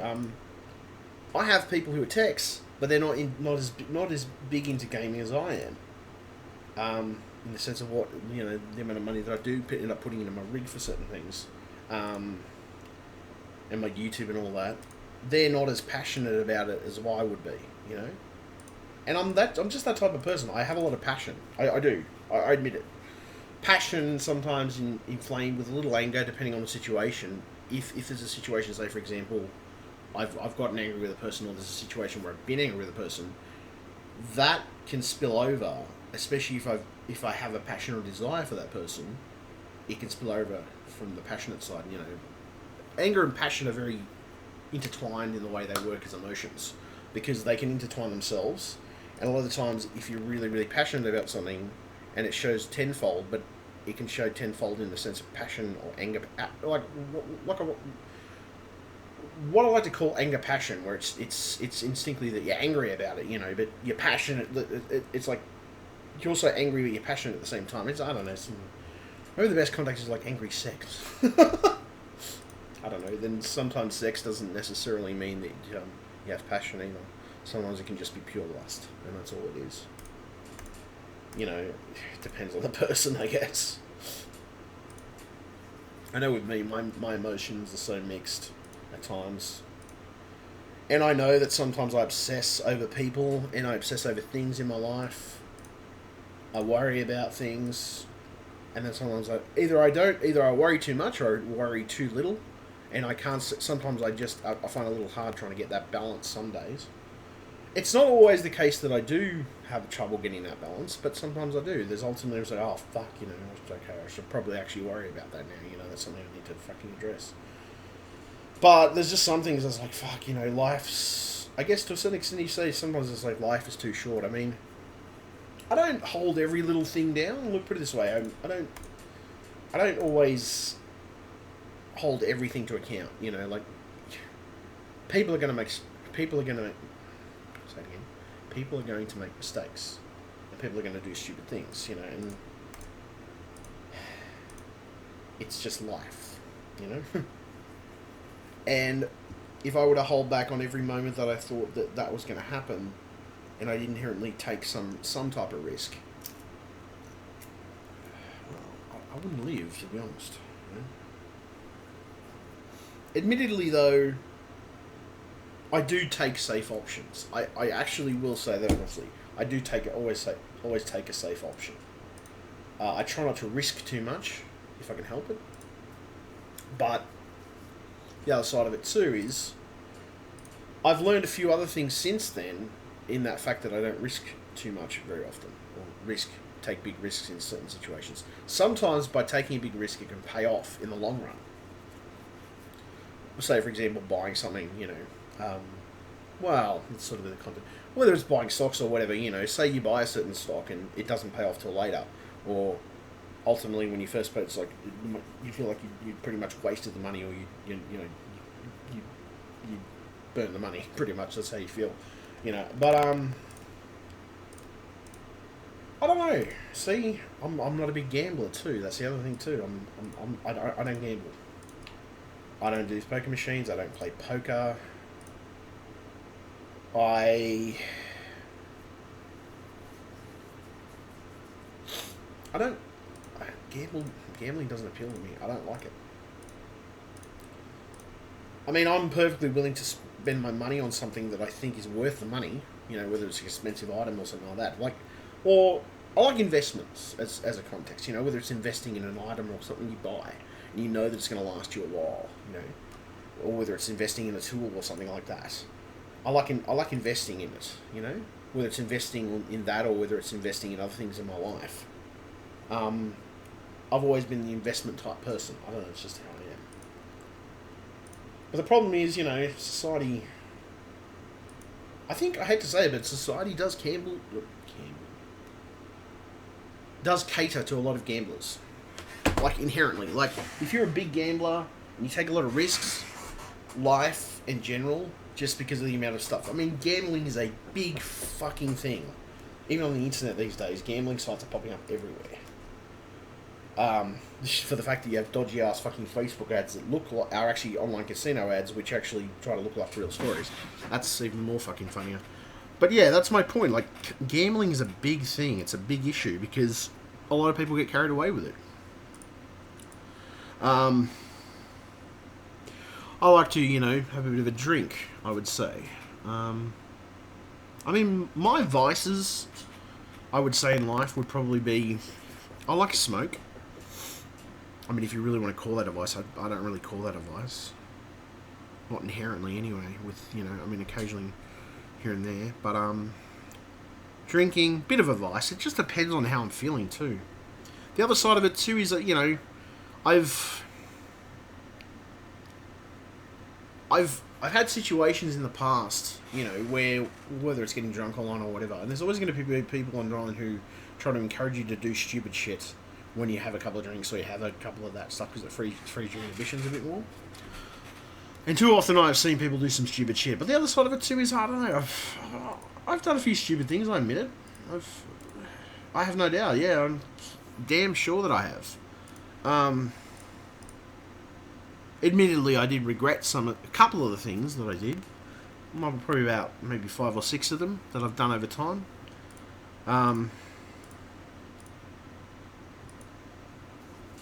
I've regretted them mainly because at the time I wasn't actually trying to hurt the person, I was just trying to test a boundary. You know what I mean?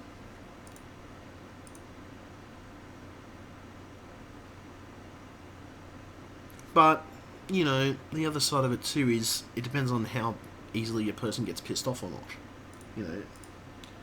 Some people are different. Some people you can easily piss them off. It doesn't take much to trigger them. Other people, it takes a hell of a lot. Now, I used to be pretty tolerant of most things, and I used to be pretty good with my tolerance level.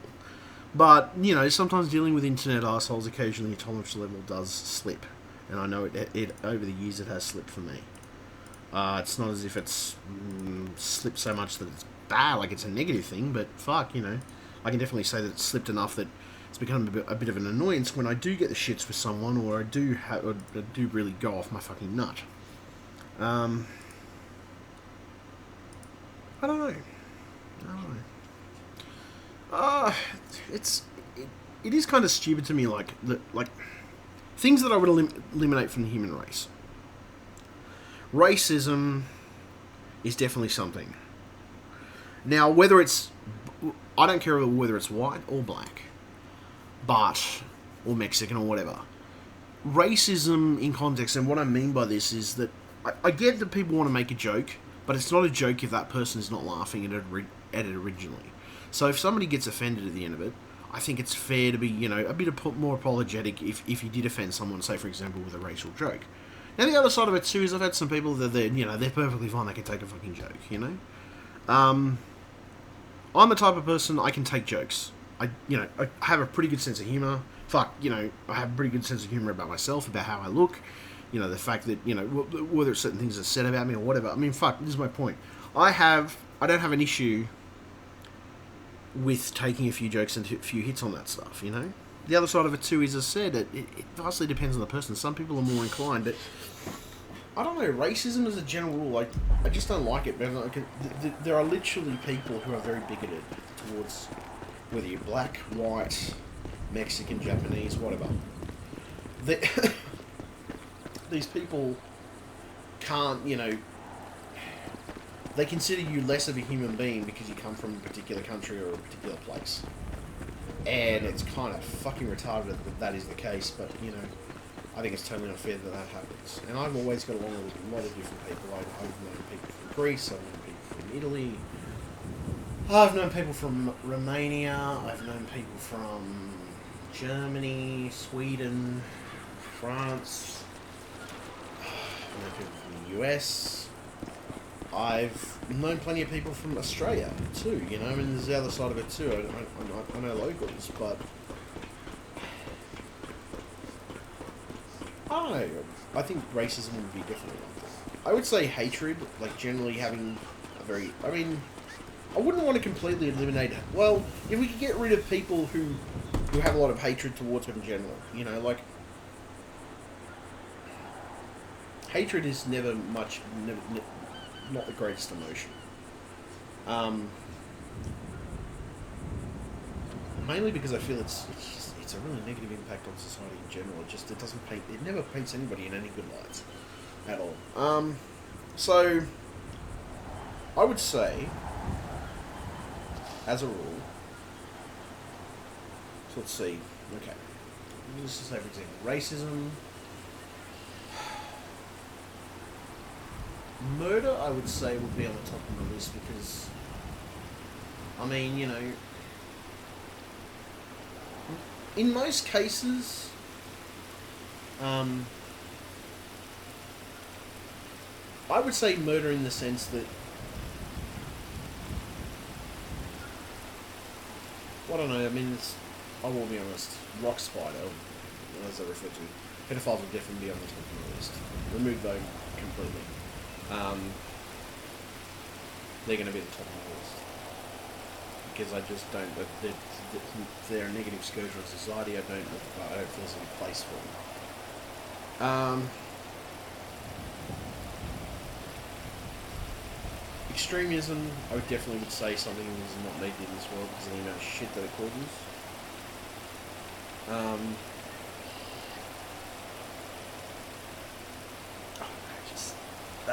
Why the fuck? Like, as I said, it kind of pisses me off the way these fucking... It's hard. It's hard to describe. I'll tell you the reason that it's hard to describe. Because at the end of it, you know, we're living in a world where supposedly, you know, we're all supposed to get along with each other, or, you know, to some degree get along with each other. But there's so much bias, so much racism that has been brought along with us. Now, we've come a long way as a species, admittedly, and we've got away from a lot of those stereotypical viewpoints. But still to this day, we still have some of them stuck in our head, and we still think of them every time that we think of a particular type of person. That's not always the case, but living in a society where that is always going to be something that's just going to happen, it can be hard for people. I mean, you know, whether it's somebody who's placed in my category, for example, schizophrenic or otherwise, you know, most schizophrenics aren't inherently violent. Not by nature, anyway. And the truth is that, you know, most of the time, the reason people get painted like that, living in a society where that is always going to be... It's not always the case, but in some situations I've had this happen, you know.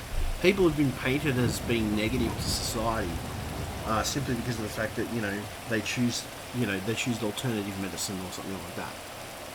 Now, just because I don't choose to... well, that's not entirely true. I actually do have certain modern medicines that I choose to take and I choose to use that work for me.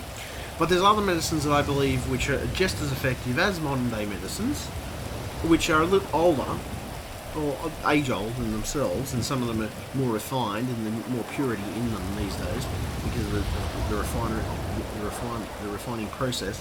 It goes for a lot of this stuff, especially processed stuff. That so much, it's just better in general.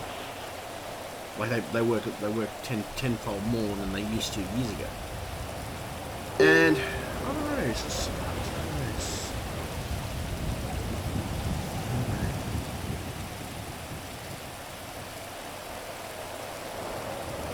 if I had to pick vices I had, I'd say I like to drink, I like to smoke. I like painkillers sometimes, but to be honest, most of the time I've used them for medicinal purposes. I have used them sometimes just to put myself to sleep and relax and give myself a bit of a buzz. But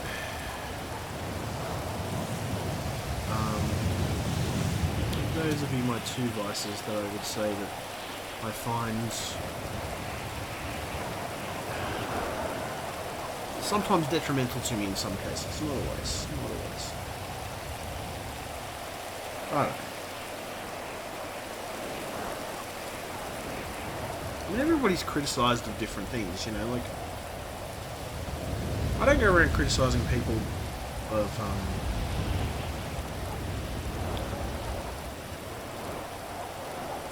just the world,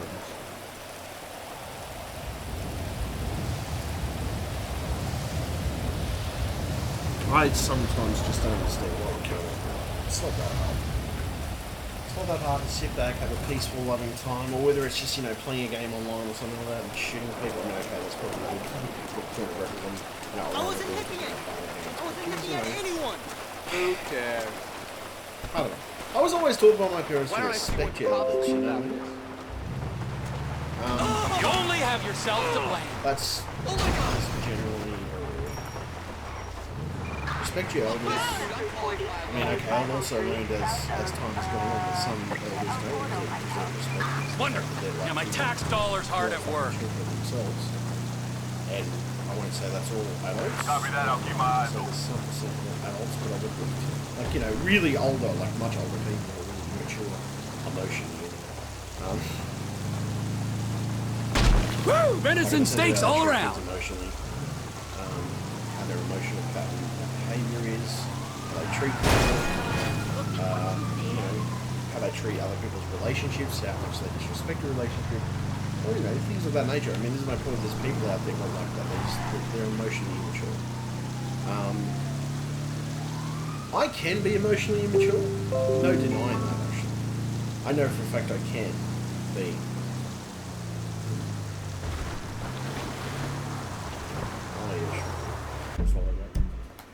I can do that.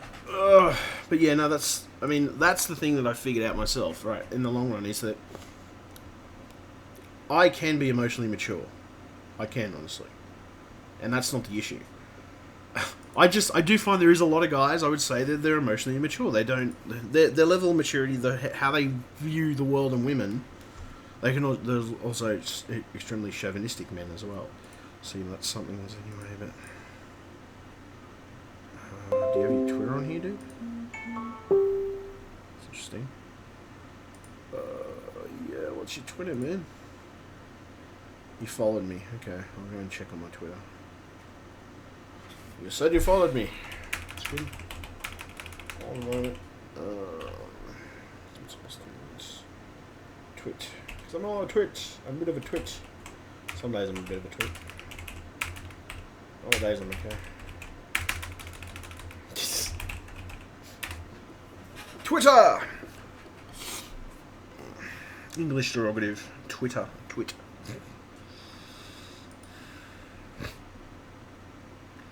Be the newest person, I guess. Ah, okay. Follow back. There you go, my friend. Yes, follow. Done. Where is he? Follow fucking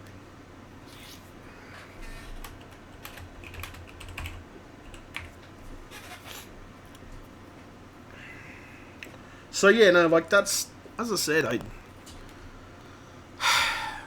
I've come to the conclusion that there is some people who look like adults, but they are not adults in fact. You know, they generally, when it comes to their emotional maturity, any type of maturity in that sense, they're just, I'm sorry, they're just not They're not extremely mature about how they treat situations in their life.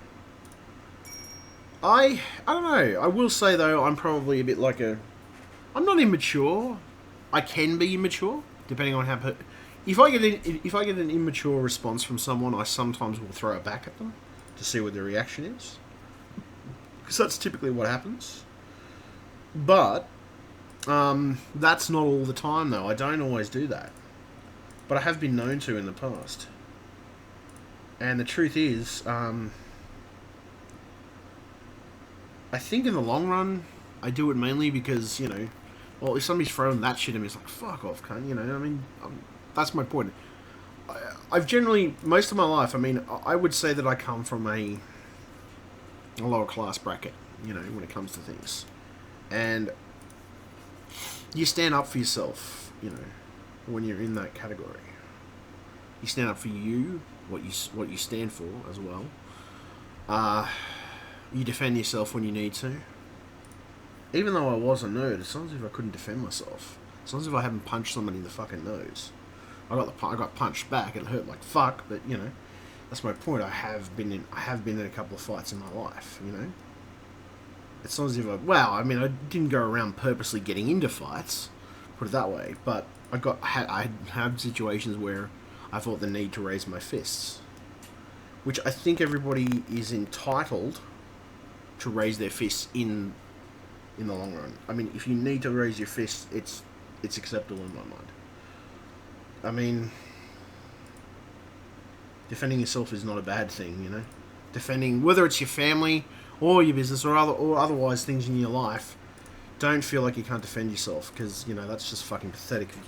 If you can't even stand on your own 2 feet and fucking defend what you need to defend, and be strong enough to stand up for that, fight for what you want, then that is bad. That is a bad thing.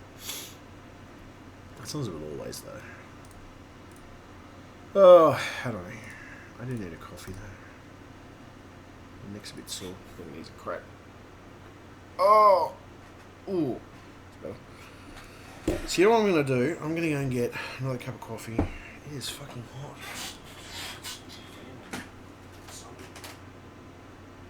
I need to get an air purifier because I've been vaping inside, but it's a little frustrating sometimes when you vape inside because it leaves a bit of a smell over time, and I do occasionally smoke it. I don't smoke inside all the time though. I'm a considerate smoker. I try to smoke outside if I can help it. But occasionally, if it is a fucking cold day outside, I'm not going outside ever. Whether it's a cigarette or a pipe or whatever, I'm not going outside to smoke it. Put it that way. So, I might actually crack the window open. There we go. Right. My window open because it is nice and cold outside at the moment. I need to get a bit of nice cool air in. Oh, right.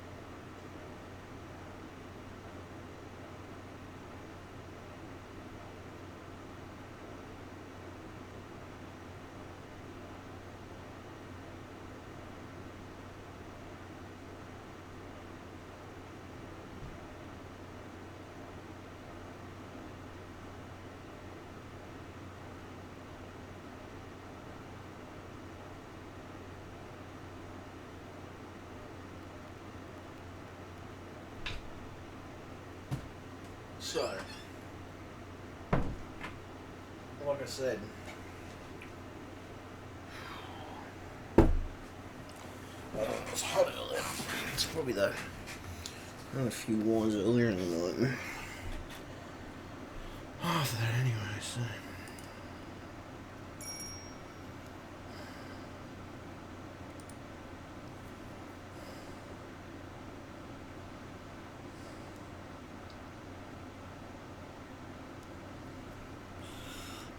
What the fuck? I haven't logged into it.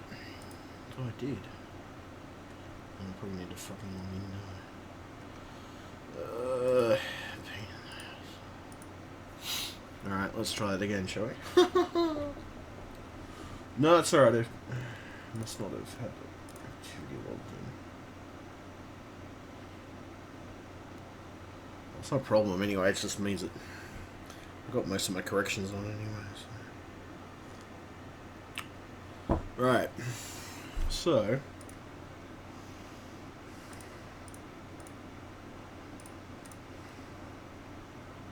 Yeah, still kind of pissed with allclassifieds.com.au. Because now, the other side of it too is I think they're going to make you pay for advertisements now. I mean, eBay sort of does it, but they give you a free option anyway. And then if you want to add to it later, you can add the paid option to bump up your ads and stuff, which I do that as an option.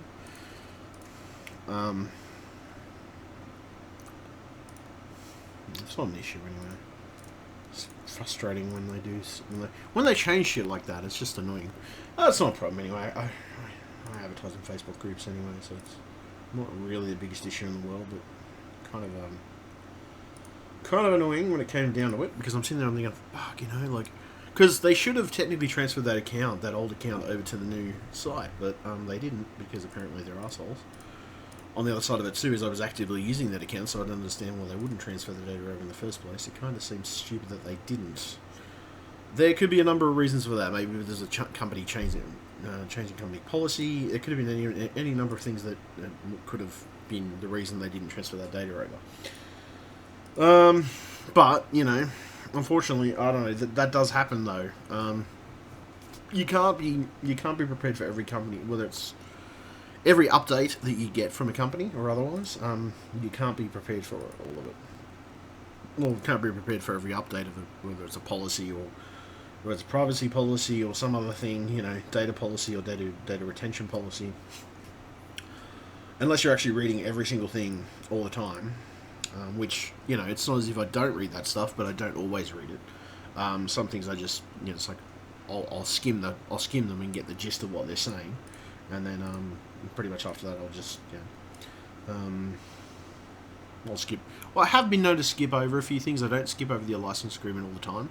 I did read for a few things on Windows 10 and other operating systems that I've installed.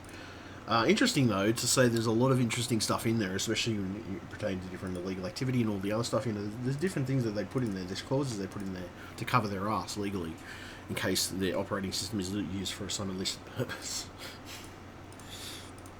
Oh, it cracks me up.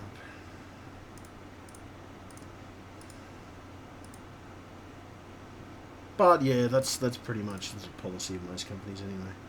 I'll have a different outlook on it. But I get why they got to cover themselves legally. You know, there's the fact that some idiots, for the majority people, they do the right thing. You know, they do the right thing. They make sure they're on with everything. You know, they're doing it correctly, and they're not being assholes about it. But there are a percentage or a small percentage of people which do the dumbass thing with certain, whether it's operating systems or other things you may use in your system. And you know what? Unfortunately, that's going to happen. You know, the same thing in life. I mean, why the fuck do we have a fucking label on our chainsaws that says "Do not put near genitals"? I mean, I thought that'd just be fucking common sense. Unless you're drunk, I can maybe understand if somebody's like drunk or stoned or something. Maybe, but even then, you'd have to be pretty fucking hammered for some cunt to actually tell you to do something like that and actually fucking end up doing something stupid. And I've been hammered over the years. I've drunk a lot of alcohol. I'm surprised I'm not dead yet. You know, I've consumed a hell of a lot of alcohol in my life, so I can say with all honesty, I have been hammered sometimes off my tits, and Even with being hammered off my tits completely, fuck, I tell you. Fuck me, wow. Even completely hammered off my tits, I don't see me getting a chainsaw and putting it near my genitals. Like, I don't know, the worst I've probably ever done is mutilate myself a little bit with a lighter, occasionally. But, you know, that's the worst I've ever done. Even then, it wasn't that bad. Bit of burnt hair, singed skin. Nothing too bad. I've cut myself up a couple of times just because of depression issues, but most of the time I've ended up healing. But the other side of it too is, I don't know. It's weird because I've done that. Like I've cut myself up or something like that, or you know, I fucked around with that stuff. And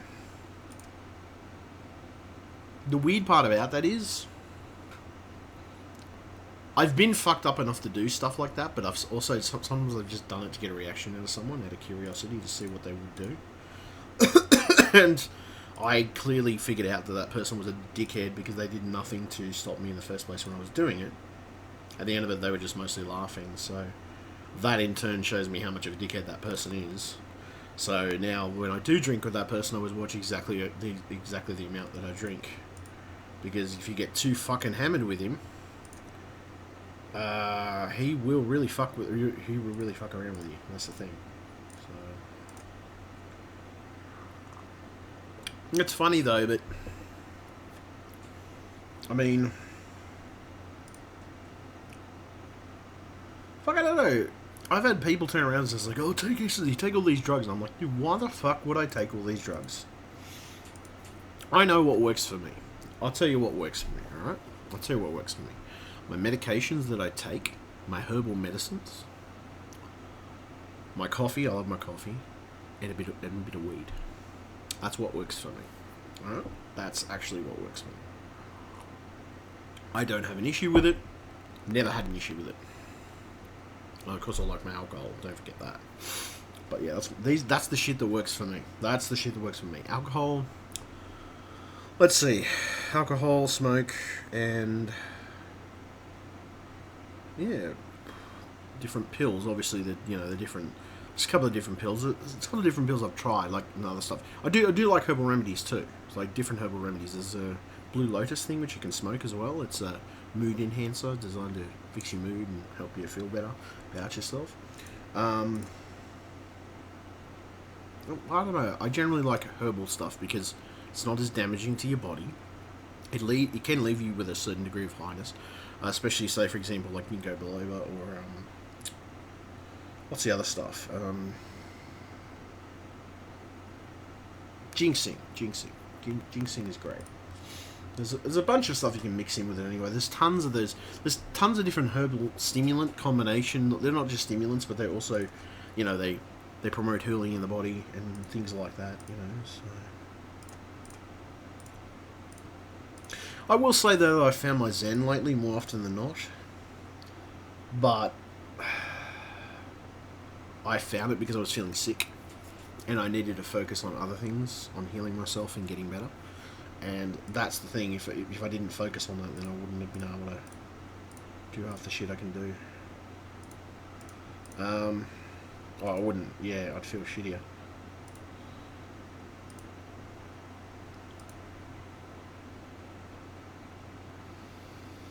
See, it's funny though.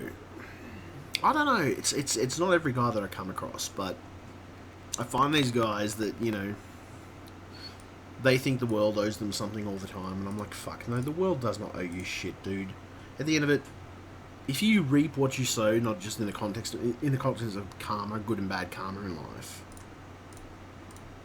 you know, by giving back to people, whether it's your own fucking family that you give back to, or whether it's a complete stranger, if you give back to people in some form or another, it doesn't necessarily have to be money that you give back. Sometimes you can just be simply giving somebody a bit of free advice and helping them out. Sometimes it can simply be doing other things too, you know, like, I mean, that's my point, it doesn't necessarily have to be that, so. But, you know, like, fuck, I don't know, it's just something I figured out anyway. The problem is that I think there's just some guys in life that's the world owes them something. They're always owed. You know, they're always owed. There's always something that has to be done. There's always, it's either monetary value or something of that nature, or you know, some type of, I don't know. So sometimes it's even sexual favors in context. But you know, fuck. I'm sorry, but the world doesn't owe you shit. Some context with a woman. Just because you buy a woman a meal, and you put a certain amount of investment of time into her. Well, I mean, it's a bit different if you're in a relationship and you know that the shit isn't fair, or it's a scam or something like that. I mean, if it's a scam artist, fuck yeah. You know, if you want to get the monetary shit out of them, fucking nail them to the wall. Yeah, if it's a scam artist, go for it. If it's somebody that you've been in a relationship with, and you know simply the fact that you want to be owed back for everything that you ever spent on them, no, I don't think that's necessarily. It's just not practical. You couldn't do it. But if you know, I think the only reason that I ever got bitter with my last ex. No, I'm not bitter. I legitimately know that she scammed me. And she can sit there and deny it till the cows come home, but I know for a fact she did.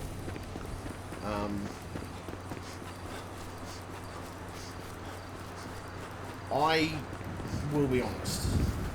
I'm bitter at her for that reason. A little bit that too, and I also was jealous. Not jealous, actually. No. I wasn't jealous, but I knew she was with someone beforehand, and I don't know who he was. Well, no, I know who he is now. But she even screwed over her own family to get with this guy, her cousin. And I think that's totally fucked up that she did that. That she could do that to her own fucking family. I think that was rather unfair of her to do something like that to her own family.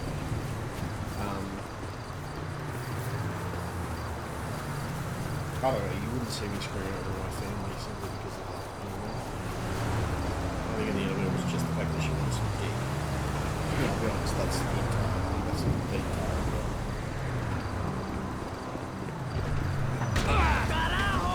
It's funny though with some people. Oh, give me a break. You know, they screw over their own mother, or they fucking screw over their own fucking family for a piece of pussy or a piece of fucking dick. And like, I'm like, okay. An orgasm, yes, can be had multiple times by males and females, but Jesus Christ, an orgasm is worth fucking your life up so badly. Not just that, but fucking out your own family and getting rid of your own family. Come on. Like, I get that sexual frustration is a real thing. I get that. Blue balls can be in some cases a real thing. I mean, you know, most of the time if you're fat off, you'll be alright, but fuck me sideways. But I don't get that. I really don't. Like, that makes me scratch my head, because how can that be the one thing that you think is the entirety of your life? As somebody who has different passions, I love a good game. You know, I love a good. Okay, these are the things that I love: good food, good games. Good orgasms are always a plus. Good smoke, good drink, something maybe like a nice relaxing painkiller. But I don't understand how a wet hole, which that is pretty much what the equivalent of pussy is. Somebody who's used a fleshlight himself. Combination of other stuff and past experience from high school. I'll be honest, it's a wet hole. Like, fuck, Jesus, really?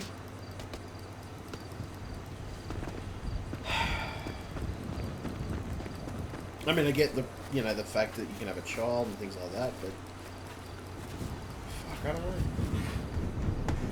I don't know, and then some people have turned around to me and said, you know, it's like, oh, you know, take all these drugs and do this. And okay, firstly, because somebody claims, they turn around and said to me, it's like, you know, you've never fucking spent your fucking entire paycheck on fucking cocaine, snorted half your paycheck. Yes, that's what the exact words, snorted half your paycheck, and talked to a lamp for the rest of the night because you realise you didn't realise how fucking off your head you were. Okay, firstly, fuck me, wow. I don't understand why the hell somebody would do cocaine. No, I'm sorry, cocaine, heroin, meth, get fucked.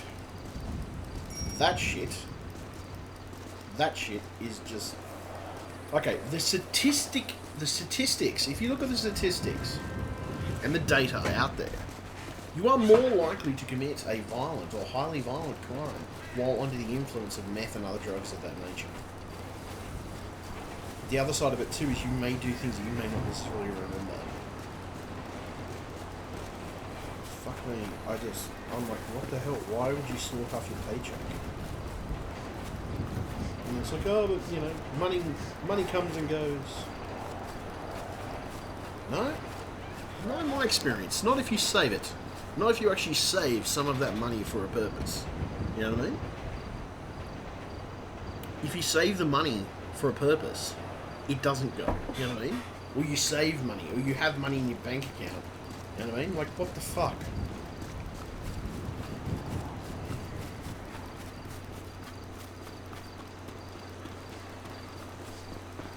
Admittedly, though, I spend a bit of money. I mean, I spend my money on different types of things. Over the years, I've spent money on electronics, a lot of electronics. I will say a vast majority of things that I have ever spent my money on has been electronics. Herbal remedies is another thing that's a big thing on the list.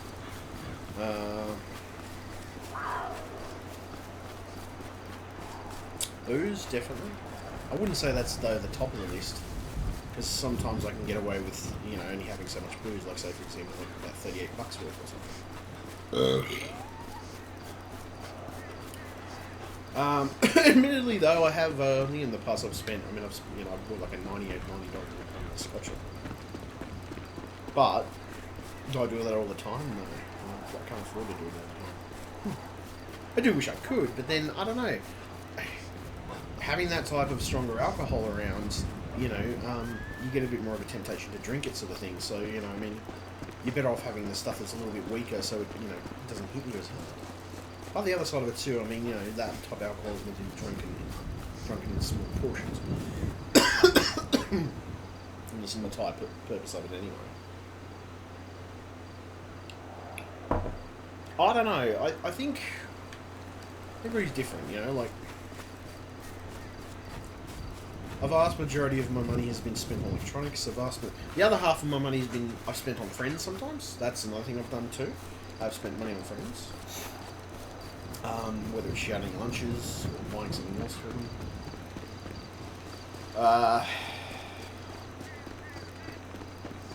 Then I've also spent money on. Let's see. Fuck, I spent. I'd say the vast majority of things is electronics. Big majority.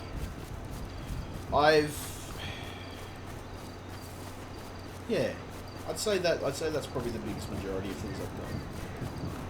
Yep, definitely.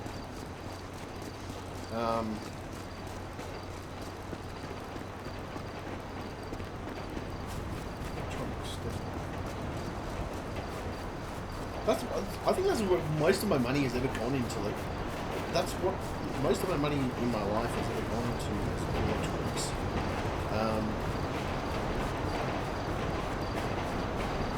I've got a lot of booze in my house.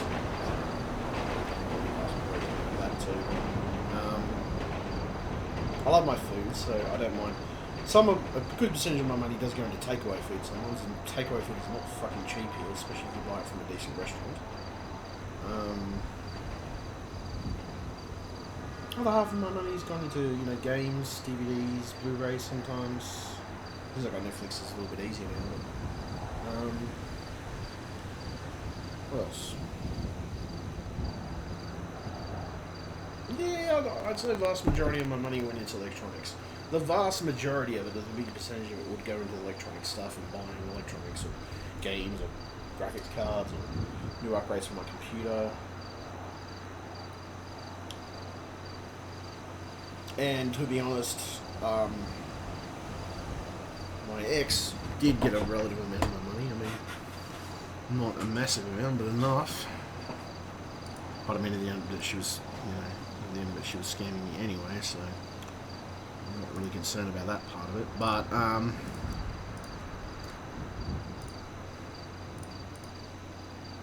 the vast amount of electronics and stuff, and yeah.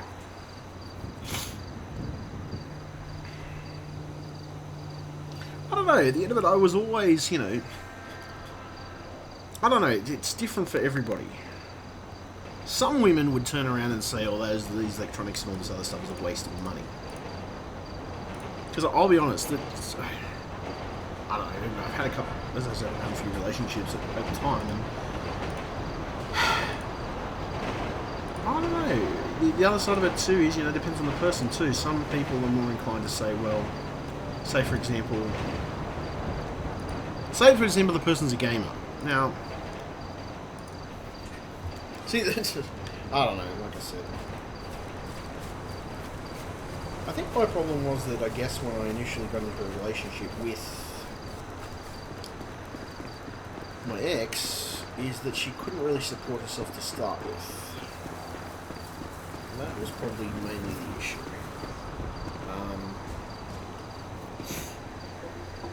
I think that was the main part of it. She couldn't really support herself to start with.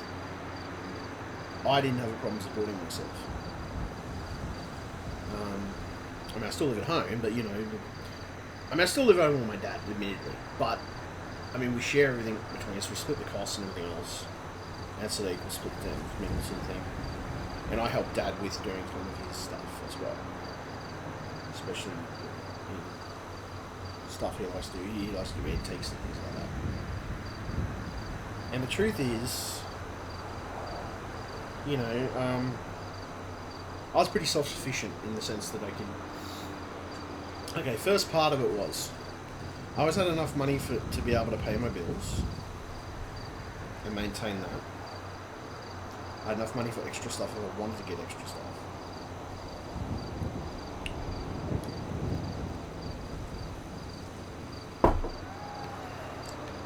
I don't know, it just seemed like every time that I talked to her, there was always something. It seems like she, I don't know, geez, it's not as if I've met a lot of unlucky people in my life, but I've met some people that, I'm like, how the fuck can you be, how is it possible that any human could be so unfucking lucky? Like,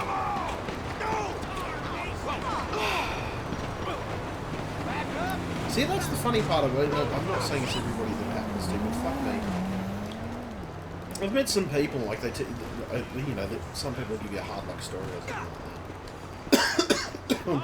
I know there's people that legitimately do that, either they're made for drugs or something like that, or they need something else, or, something of that nature. What sort of got me, I guess, is that I've met some people that are just the most unluckiest fuckers you will ever meet in your entire life. Like literally, if there's something that could go wrong in their life, it would just fucking go wrong. And there was no way of getting around that. And it kind of fucking... I don't know. I'm going to say I'm a pretty lucky guy. If things tend to even out for me, and I tend to get breaks in most things that happen in my life.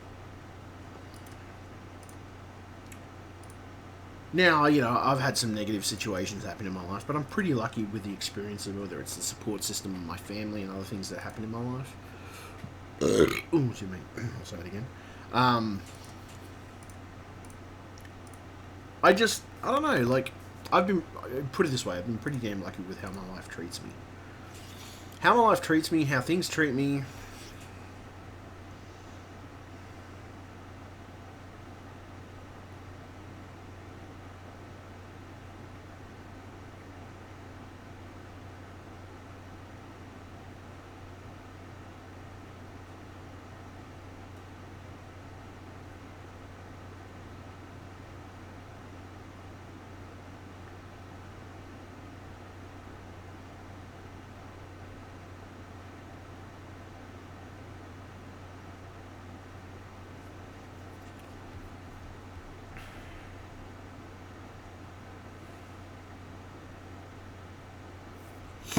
I don't know, like I said, it's not always the case, but fuck, I don't know. I have been pretty lucky with how things have been treating me in life. You know, fuck, I'm going to have my down moments, obviously, and I'm going to have my down issues from time to time, but fuck. My life has been pretty fucking nice to me in the sense of how I've been treated, what things I did get out of life, you know, and how life has treated me so far, you know, on top of that, having the right support system in place. Because the truth is that most people with mental illnesses don't get support. I mean, as a vast majority of them, it just, you know, they're either left to their own devices to work out their own shit, or they're lost in the system somewhere. I wouldn't say that I'm one of those people that's lost in the system, because, you know, I'm doing my own thing, obviously. I don't know, it is hard to watch. It is hard to see that there is people out there like that who are that bad off, you know, so.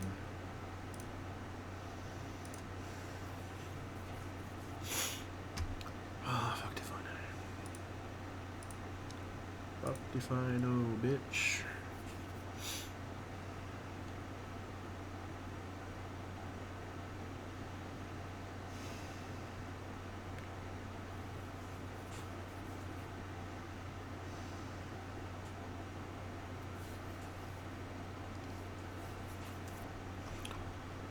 I don't know. I'm crazy. I'm crazy in a good way.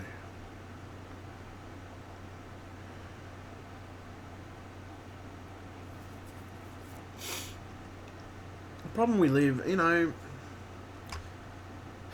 I hate to say it, but a lot of the times when people give a different when people give a definition to crazy, alright? When they fucking give a definition to crazy, that definition always comes out as something quite opposite.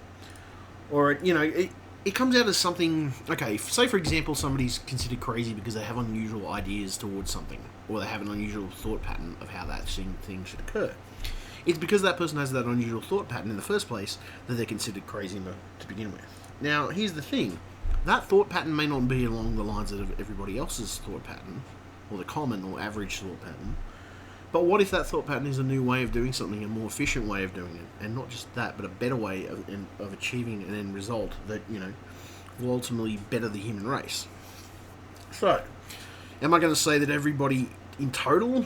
Well, I mean, I'm not going to say that every person who has an unusual idea about something is crazy, because the truth is that a lot of these ideas take off these days, especially with a lot of the creative people. I'll say it again, a lot of the creative people in this world. And you know what I've concluded? I've concluded that we all think about things in different ways, and we all have different ways of analysing things. And this, you know, they say that the road to genius is borderline insanity. That's the truth. It's so close to the edge of insanity, in the sense that you're on that edge level, you know. You're just on the cusp of seeing what the world looks like and what the universe looks like. And I know most of the time there's a universe going on in my fucking head. Fuck. There's a universe going on in my head most days. I wake up every morning and, you know, there's a galaxy literally flying around in my head. I've had some trippy dreams over the years. And I've had some trippy stuff, you know. And, I've seen some gnarly shit in my head. I can say that, in all honesty. I haven't seen it, and obviously I haven't seen delusions, but, you know, that's my point. I've seen some trippy stuff in my life, and the conclusion that I've come to is that, just because somebody has an unusual idea doesn't mean that it's not going to work. And the other side of it, too, is it doesn't mean that it's actually not going to make you money. That's another factor as well, because sometimes, you know, the craziest ideas can be the ones that actually do make you shit with a ton of money. The other side of it, too, is that we live in a society where, you know, just because somebody has that unusual thought pattern, they're considered abnormal. Now, the only time that I will say that an unusual thought pattern in my mind is bad is when it comes to pedophiles, shit like that. That stuff is disgusting. I will not justify that anyway. That is fucked. No, I'm not going to touch that with a 10-foot pole. But when it comes to people normal, like in the normal range of things, I don't have a problem, you know, ultimately saying that, well, that person's idea was good, you know? They had a good idea. It was very constructive, not just that, but it actually will improve productivity by 110%. You know what I mean?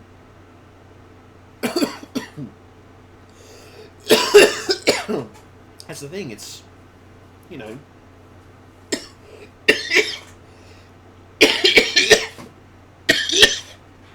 Oh.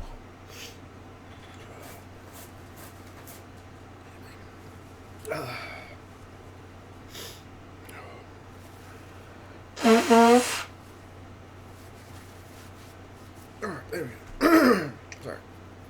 Oh, I do apologize about that. I had a smoke earlier. It's just like, I was just sitting there a bit.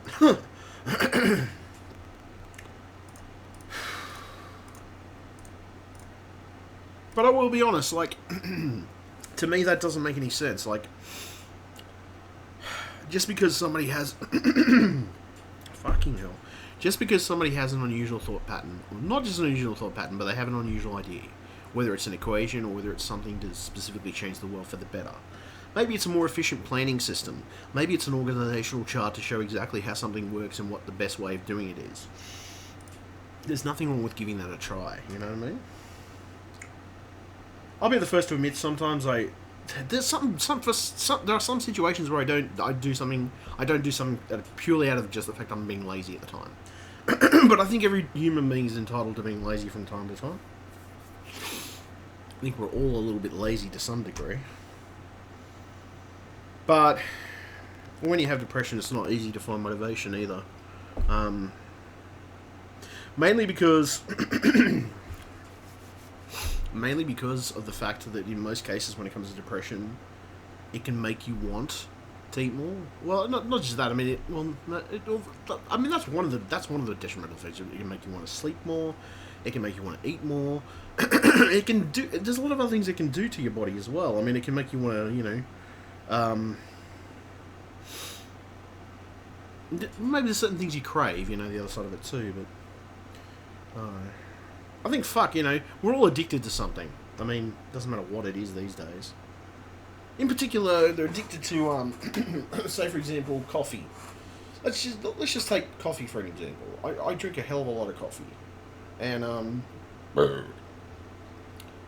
it's an over-the-counter stimulant. Basically, it gives you a good feeling. It speeds up your brain. It activates things. Pushes you into gear, gets you out of bed in the morning in some cases. Can increase sports stamina as well. And the truth is, that's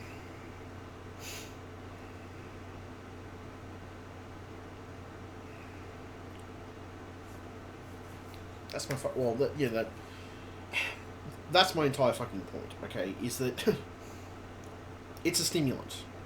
It's an over-the-counter. It's over-the-counter. It's perfectly legal.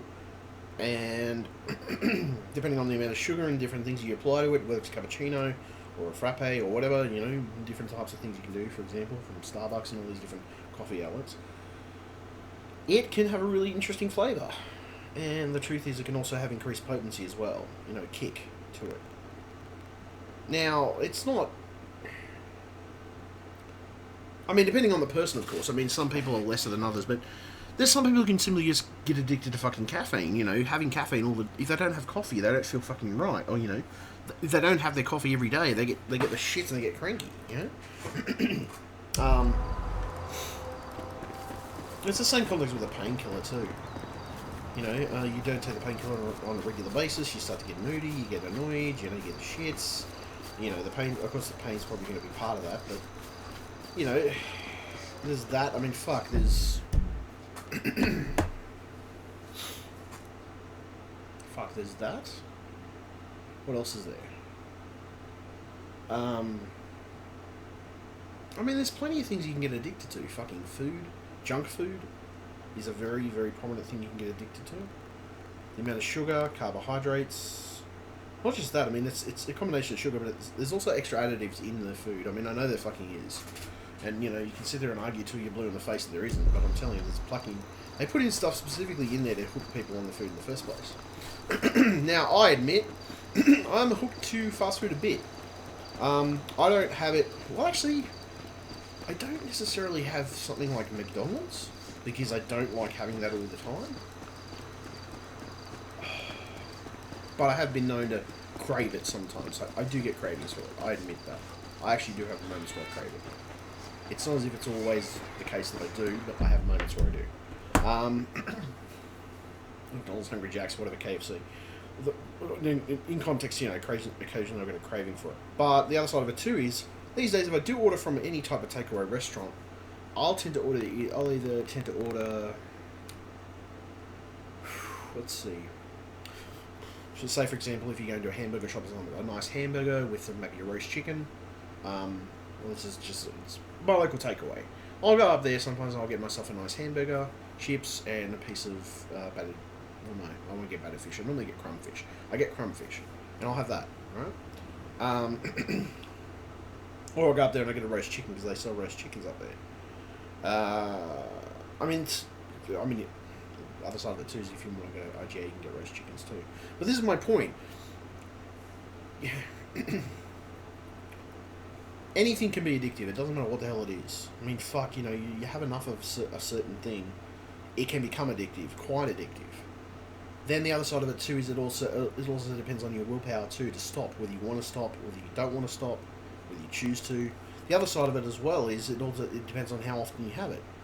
If you say, for example, you have it for a while and then you stop having it, your body will eventually have some type of craving towards it, depending on the chemical compounds in it. You know, the other side of it too is there's a tolerance factor as well. You can build a tolerance to things, you know, whether it's, for example, alcohol. Definitely can build a tolerance to that enough if you've consumed enough over the years. And not just that, but you can, over time, you can build a tolerance enough that it takes more and more to get drunk. And that can be a bit of a problem too, especially if you have to get hammered off your ass every time. It's not always the case, but it's in some cases you have to.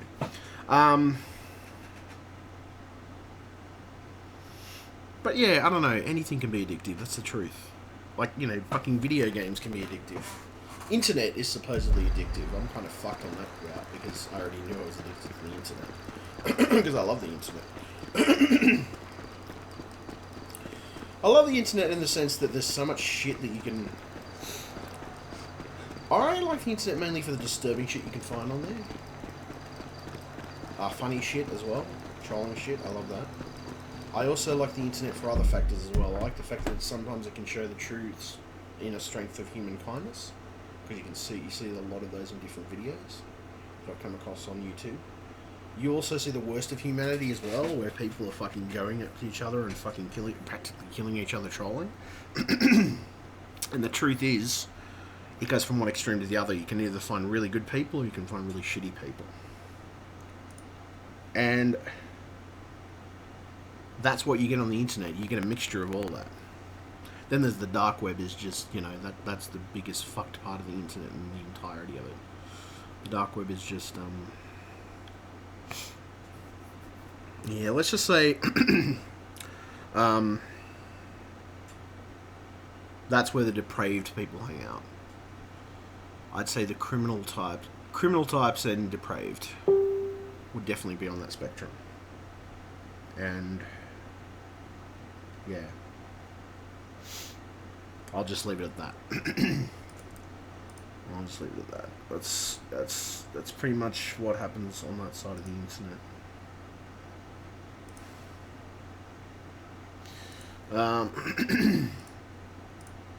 I don't know. Then I've met some good people over the internet too. I've met some nice people, really, really nice, compassionate, understanding, kind, easy to talk to, easy to understand. But yeah.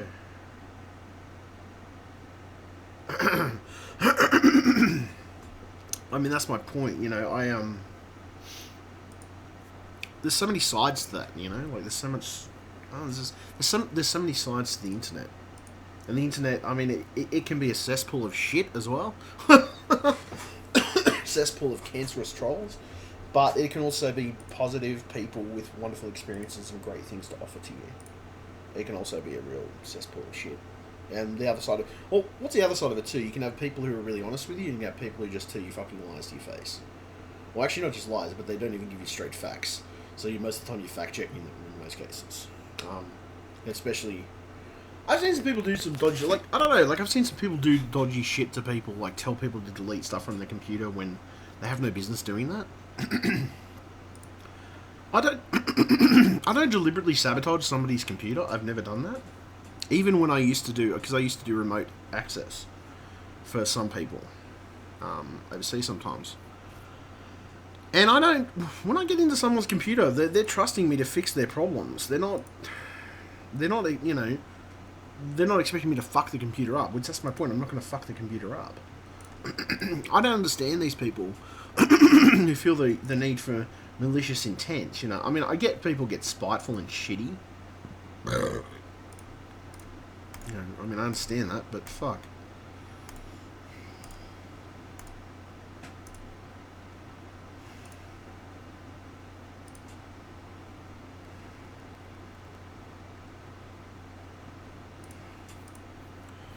I don't know. I mean, this is my point. I have done. I wouldn't say I've done. No, I've never done. When it comes to remote access stuff, I've never done anything dodgy to anybody's computer because that's not something I'm going to do. Have I checked people's records and whether they have a record and things like that? Yes, I've definitely done it.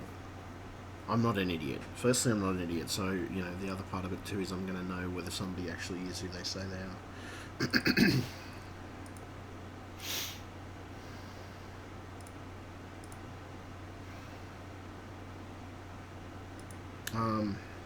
I don't think there's anything wrong with running a criminal background check on someone either. Particularly if you're going to employ them, or if you're going to start a relationship with them. It just makes sense. You want to know what type of person you're getting involved with. It's just logical. Why wouldn't you do that? I mean, you know, probably wouldn't do it to every person, but, you know, I think it's okay to do that. I don't know, I mean, some people would argue it's an invasion of privacy. No, it's not, and especially if the person has a record. Alright, I'm sorry, but I've always considered myself a law-abiding citizen in definition, you know. I mean, I'm not perfect, you know. I mean, I'm a break the rules here and here, you know, every so often here and there. But, you know, I'm pretty much a law-abiding citizen. I follow the rules, or I stay within the rules and the boundaries that society requires me to stay in. You know, and I always have. Now, in that entirety, though, I have done things in the past, but there's no record of that anyway. That's just, you know, there was general stuff, it was just general hacking stuff. But I mean, technically hacking isn't really illegal. It depends on what you're doing with the hacking. If it's ethical hacking, there's nothing wrong with that. Ethical hacking is actually considered a positive because you're actually not exploiting, but you're not exploiting a weakness. You're exposing a weakness in something. And there's nothing wrong with ethical hacking in that sense. That is good. An ethical hacker will show if there's a fault or an issue with something. And I totally agree with that. On the other hand, illegal hacking, which is the criminal side of things, can be a lot more detrimental. Some would argue that, you know, like credit card theft and everything else, whether it's electronic credit card theft or whatever, you know, insurance companies have enough money to cover that shit. I mean, I don't know, like, yeah, but then think of that, okay, you can turn around and say that, but in the long term, if you're stealing and doing credit card fraud, you will find over time that's going to affect everybody else's economy. It'll affect the economy in total, because what it's actually going to do in the long run is you're going to end up fucking the economy. The insurance premium is going to go up on the fucking cards, and people do get the cards, they're going to have fucking massive fucking shit to pay off. So in the long term, credit card fraud is a bad thing.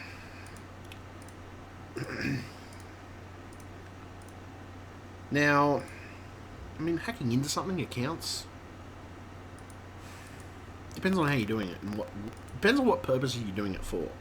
If you're doing it to catch someone, a criminal, something like that, I understand that, I get that. If you're just using it as a spiteful tool towards the next, Nah, I'm sorry. That is kind of fucked, and I can't condone that. You know what I mean? I cannot condone that. Yeah, no, I would never condone that. That's just stupid. I get why people do it, but I don't condone it.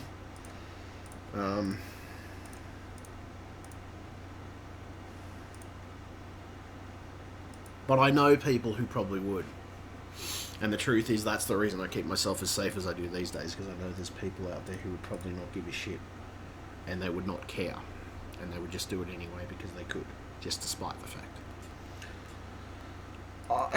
I can act spiteful when I'm pissed, but whether I'm actually going to act on that spite is another question. In most cases, yeah, I'm not necessarily going to act on it unless there's a reason to, or there's an actual reason.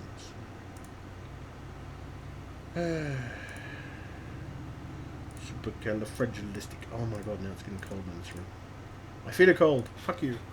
But yeah, okay. My point is, I don't know, it's just fucked. It's fucked. It's all fucked. It's all fucked with a capital fuck. But I don't know. I digress. This whole conversation started today with Manchester and the terrorist attacks. Probably not the best subject, but you know, I had to talk about it anyway. So, yeah, since I did a reinstall, I'm still having problems with my Netflix application. I don't know whether it's the fact that I occasionally use the VPN. I'm not sure if Netflix could be something to do with that, maybe. But the weird part is, though, I have had the same problem before when I've actually tried to use the normal Netflix, even for Australia, through the Australian system. And the app not crashes, but has a constant problem. It's like something went wrong. And it's mostly communications between Netflix and the app itself. I don't know what specifically it is in the app that's causing the problem, but every so often it just miscommunicates. And you've got to completely, like, you can say try again to, like, redo it. But every fucking time you click try again, it just doesn't work. It's like, no, fuck you, you have to close the app and restart the entire fucking thing. Fuck you. It doesn't happen all the time, though. Say I haven't rebooted the computer for a while, reboot the system, and then bang, I reboot it, start up Netflix, it's like, bang, it's fine. Now, other issues which I still am having with Windows 10, randomly I will get apps that crash, whether it's the calculator or some other random Windows 10 app that I'm using, it'll crash randomly. My display driver has issues where occasionally it does work and doesn't work. I've had to reinstall it about a dozen different times. Yeah, well, especially over time, I mean, I haven't had to do a fresh install lately, but a couple of times I've had to run DDU on install. And what I don't understand about this is that these drivers, okay, I get that they're actually changing the source code and they're changing stuff in the drivers. What I don't get is, when it installs the new driver, why doesn't it just completely copy over the old files? And what I'm gathering, and I'm just getting this most of the time with most of it, is that it's leaving remnants of the old files behind. Which is kind of stupid. I mean, wouldn't logically shouldn't logically the installer be programmed to override the files that are there? Just, that's what it should do automatically. Now, you can do a clean install option, which cleans the entire system and uninstalls the old drivers and gets rid of all the other shit. But logically, you should have, it should have the option, when you install a new driver, to clear out the remnants of those files that are left there. Because those remnants are going to do some fucking fucked up shit to the new drivers if they're not, you know, if they're opposite code sort of thing. So I'm sitting there, I'm like, what the fuck? I just don't understand it, because, I mean, for a long time I was having a lot of Windows 10 NVIDIA driver issues. Now, admittedly, my cards are 770s, they're old. Well, by the definition of today's standards, they're old, because there's been a few releases since then. About 2 releases, which is the 9 series, and now just the 10 series. Now, why? As I said, it's kind of stupid to me. I can't fucking understand how they could get the fucking drivers so wrong for Windows 10 when they released it. Because a lot of this stuff was being tested on the similar hardware that I had. So I would have thought there would have been that much of a big issue. But apparently there was. So Windows 10 was stuffing up for a while. I mean, it still occasionally stuffs up these days, but not as bad. It has gotten better. Admittedly, the crashes are less frequent. There's a lot more... Fuck me, fucking sideways, you cunt.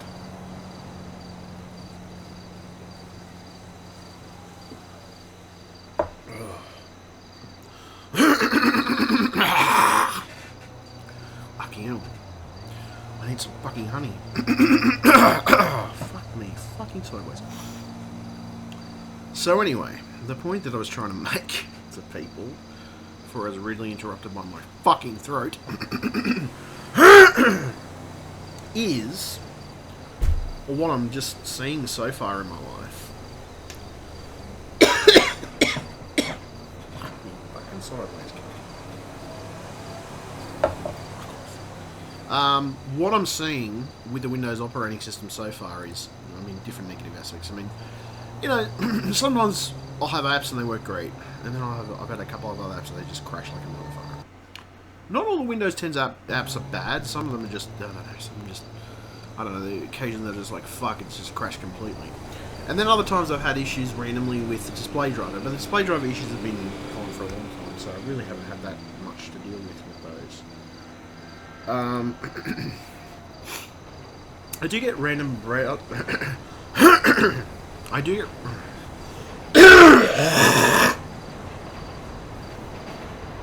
get random issues. I do get random issues with my browser occasionally. So, for example, when I'm browsing Facebook or something like that, I will get the occasional problem where it will scroll halfway down the page for some reason, and it'll keep scrolling, and I'm not sure why. It's a weird issue. Now, it could be related to Chrome specifically. I do use Chrome most of the time, because it's got all my stuff saved. But, I mean, I use Firefox. I don't use Microsoft Edge. Nothing will switch me to Edge, to be honest. I wouldn't touch Edge with a 10-foot pole. I've had so many bad experiences with Internet Explorer in the past. No, I'm sorry. Fuck Edge. Edge can go suck a dick. I don't know. I don't hate Microsoft, but I think some of their decisions and some of the things that they've come up with lately, and some of the adjustments that they do make to Windows, some of them can be buggy. Mind you, I think I'm running this is sort of a preview build, I guess, so could be the fact there's a couple of bugs in it anyway. But no, the other point that I'm trying to make is that, like, for the fact that this is meant to be an operating system that, you know, is to a certain degree stable, what I don't get is some of these little tiny issues, whether it's a certain app crashing, or there's certain apps that, you know, they require an update at certain times because something's fucked in Windows. That was the other one too that I got, which was a webcam. My webcam couldn't show fucking video. I couldn't record video on it because they blocked recording on Windows 10. I'm like, fuck off.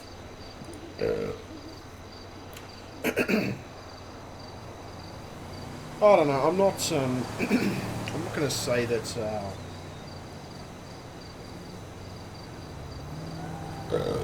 I'm not going to say that. I'm not going to say with any certainty that it's all apps, but I don't know. Some of the Windows 10 apps can be a pain in the ass when you're trying to use it. Some of them work great. Others are just, like, they're buggy as fuck when you're doing certain things or you want to do particular things. I've had to reinstall a Netflix app about fucking 50 fucking times, and that's just from the recent install I did. Stan app I've never had a problem with, so I can say the programming on that's pretty good. What else? Fuck. Any other ads. Mail app's not too bad. I do find the mail app glitches out sometimes when you get a certain amount of mail. You know, sometimes messages not necessarily showing up straight away. The other thing I have had happen too is when I tried to launch it the first time, it just crashed then. The first time I try to launch the mail app, it crashes completely. You just bang, it tries to load and then bang, it just crashes out completely. Yeah, it doesn't do that all the time. but it does do it occasionally. Now, the other side of it too is, it's made me wonder whether some of it is related to my hardware being a little bit older. But I mean, my hardware isn't that fucking old, so I was thinking to myself, no, it couldn't possibly be my hardware being a bitch. I was going to say most likely it was related to software glitches, of course, which I'm going to attribute it to that, to be honest. I can't see it being much more. So, I don't know, it is weird though. I've had a couple of situations where I've got a piece of software where it's streaming or doing the sort of things that I do, and I've gone to log into the piece of software to use it, and like every fucking thing goes wrong with that software at that one time. It just fucks over and dies. I'm like, fuck you, cunt. And I'm like swearing my fucking ass off at the fucking stream and shit like that. It just completely fucking crashes on its ass. And I'm like, in this day and age, you should be able to fucking stream and not have a crash on your ass the first fucking time you try to launch it. I'm sorry, but that, to me, that's just like, what the fuck? But it does, like, with PC enthusiasts and people who stream like I do, it does make me wonder, like, the amount of times I've had to switch between streaming programs. I don't use OBS myself, I use XSplit.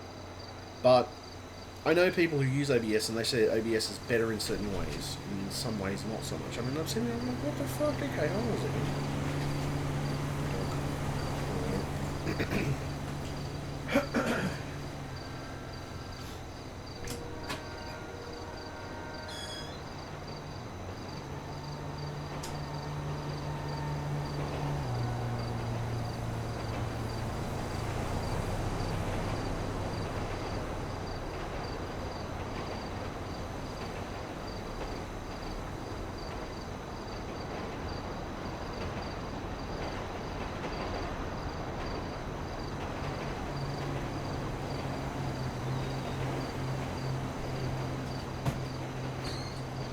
That's entirely my point.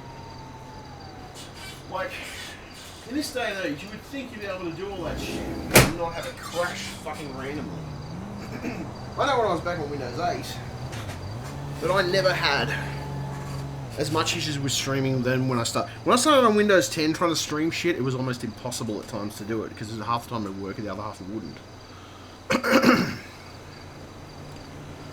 Fuck, I mean, you know, it's far from fucking... Strangle that fucking cunt. Right back.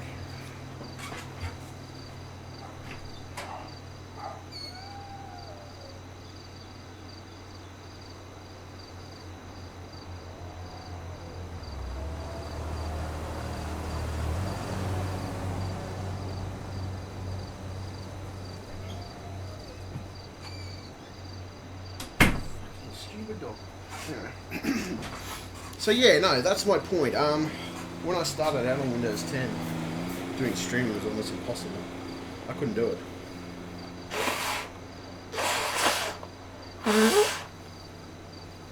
I couldn't do it. I tried it. I tried doing it, and that's the problem. It let's just say it didn't work. And that's the most bothersome piece of shit problem that I had with it, is it just wouldn't fucking work. Then gradually things got better. Even gaming, when I first started gaming on Windows 10, it just didn't work. It didn't work for like months. And then gradually it got better. And then eventually I was able to play every game, and you know, frame rate issues and other shit going on, so...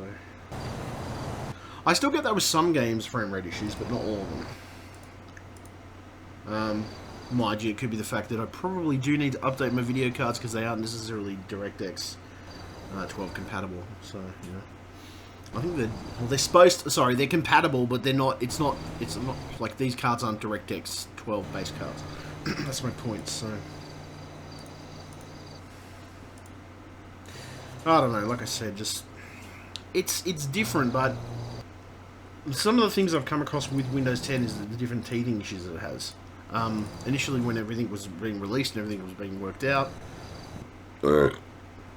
it was a big pain in the ass to do, like any type of stuff on it. I mean, it was an absolute pain in the ass. Considering, yes, you know, I want to be able to do a build, a future build, which is going to be a Ryzen, Ryzen build, and I don't know. We'll see how we go. As soon as I have the funds, yeah. As soon as my funding allows, I will definitely be getting myself a new Ryzen build. I will obviously have to scrimp for that and, you know, save together.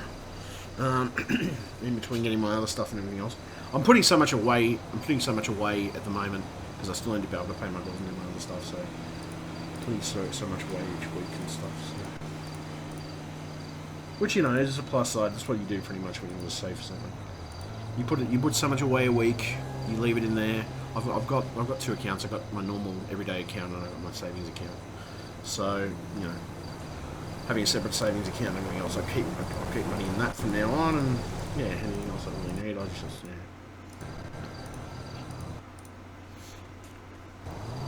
I don't know, it just makes sense.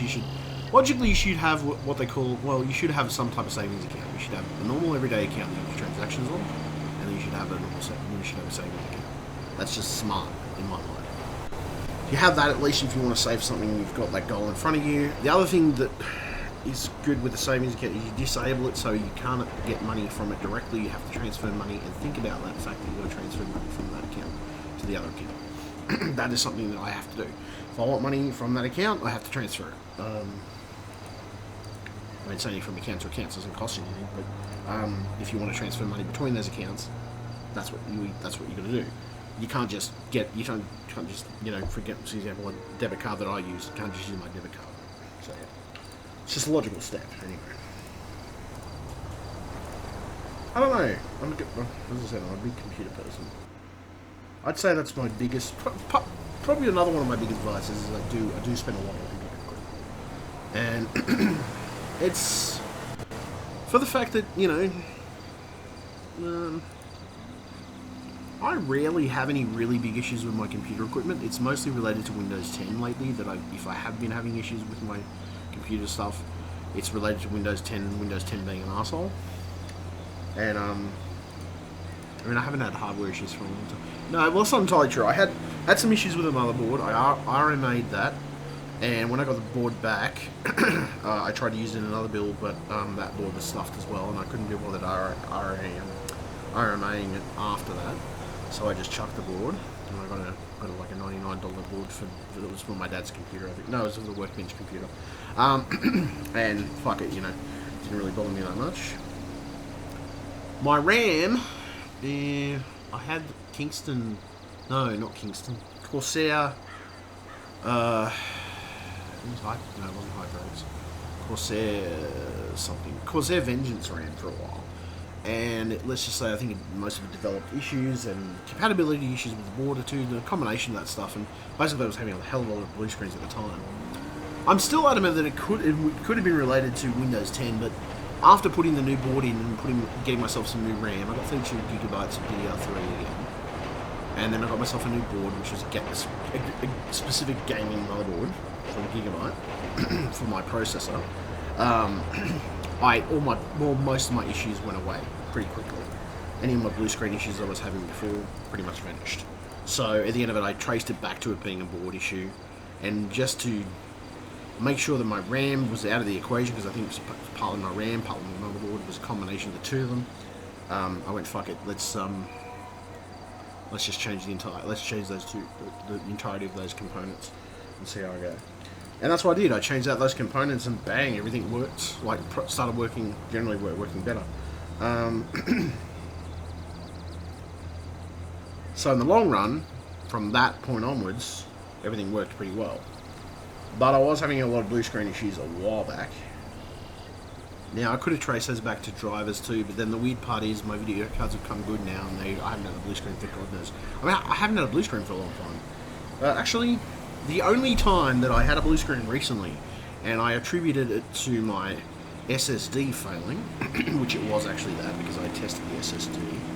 Yeah, I still have that old SSD back here. It is actually still functional, but whatever was going on with the old SSD, it was, put it this way, it was obviously corrupting a lot of things it shouldn't have been corrupting, because I've had a lot less errors now than I was having originally. So that does show me that the SSD was contributing to some of those errors. What do we need to see? No, actually, I want to see if there's any updates available for this SSD. I just want to make sure there's no firmware updates available for it. That's not what I want to click. Seagate tools, fuck off. I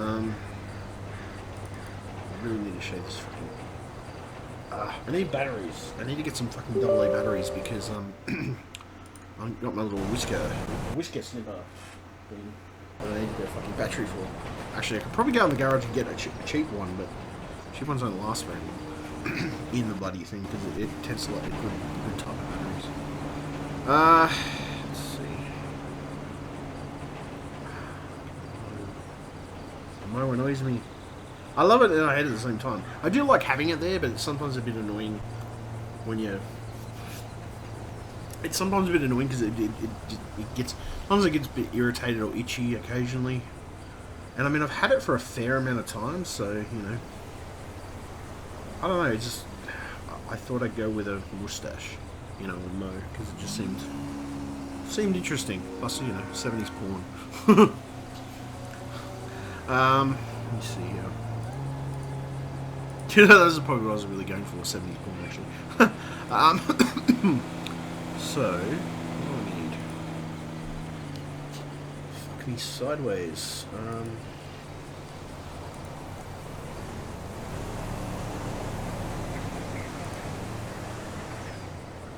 Yeah, I don't know, just stupid.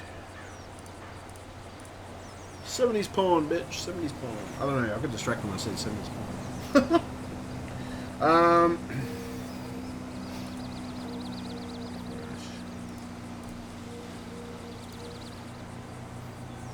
Oh, there we go, that's better.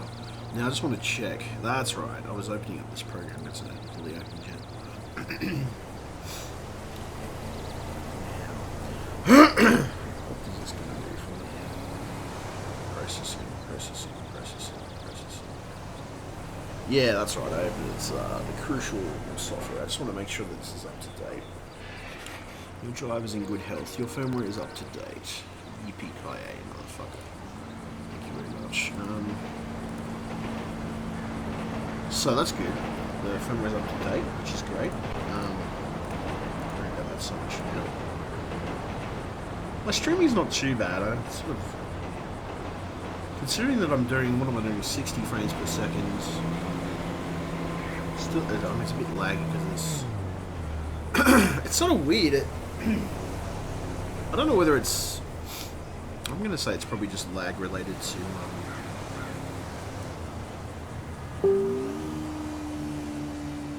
let's go for the decoder, so I don't understand why the hell it's, there. That's really weird. Really strange. It's kind of, okay. See, it's weird because this lag comes and goes. That actually, it has been an intermittent issue that I've been reading about with the Elgatos. The Elgato capture device that I use supposedly did have some lag issues at different times. I got the latest version of it. I think it was the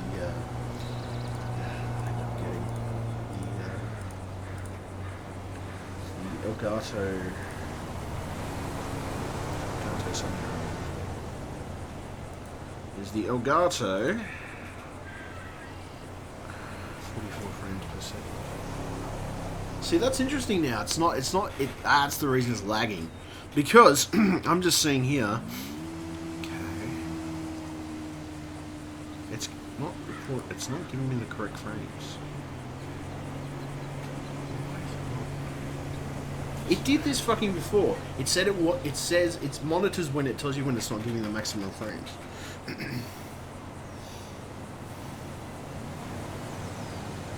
don't think my computer's lagging that much.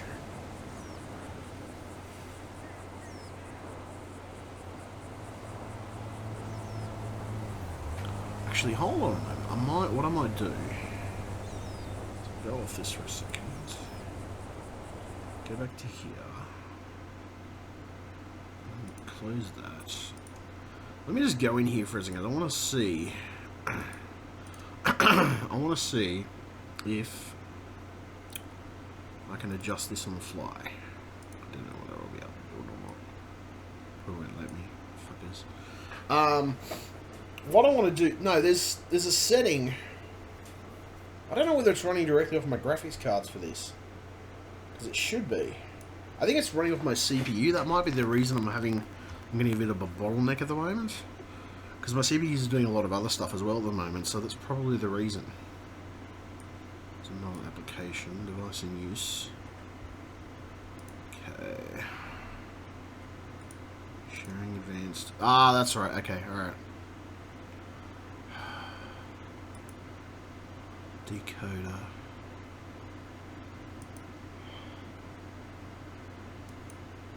That might explain it. I wonder whether okay. Hold on a moment. This is probably the issue. So let me go back to let me go back to this real quick. Adjust it. Take that off. That one. Alright. Probably try to spit the dummy because I did that. Most likely it's going to spit the dummy. Apparently it did, because it's all fucking green. Isn't that lovely? Okay, so I'm just going to go back. I'm probably going to have to close this fucking program. Or remove that input. That's what I'll do. I'll remove the fucking input. It's the easiest thing. Remove. Right, so I've just removed that. What I'm going to do is I'm going to go down here, I'm going to open this program and adjust it. So,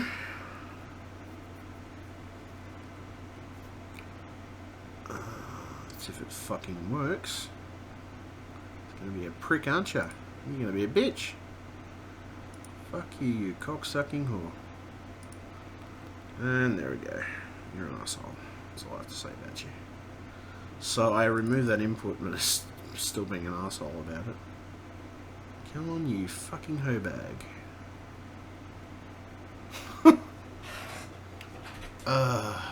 There we go. Okay, never mind. It's actually working now. Alright, so what I want to do now... let's see here. That one. Pneumatic. Highest quality. Best performance. So I'll probably turn it down to best performance, actually.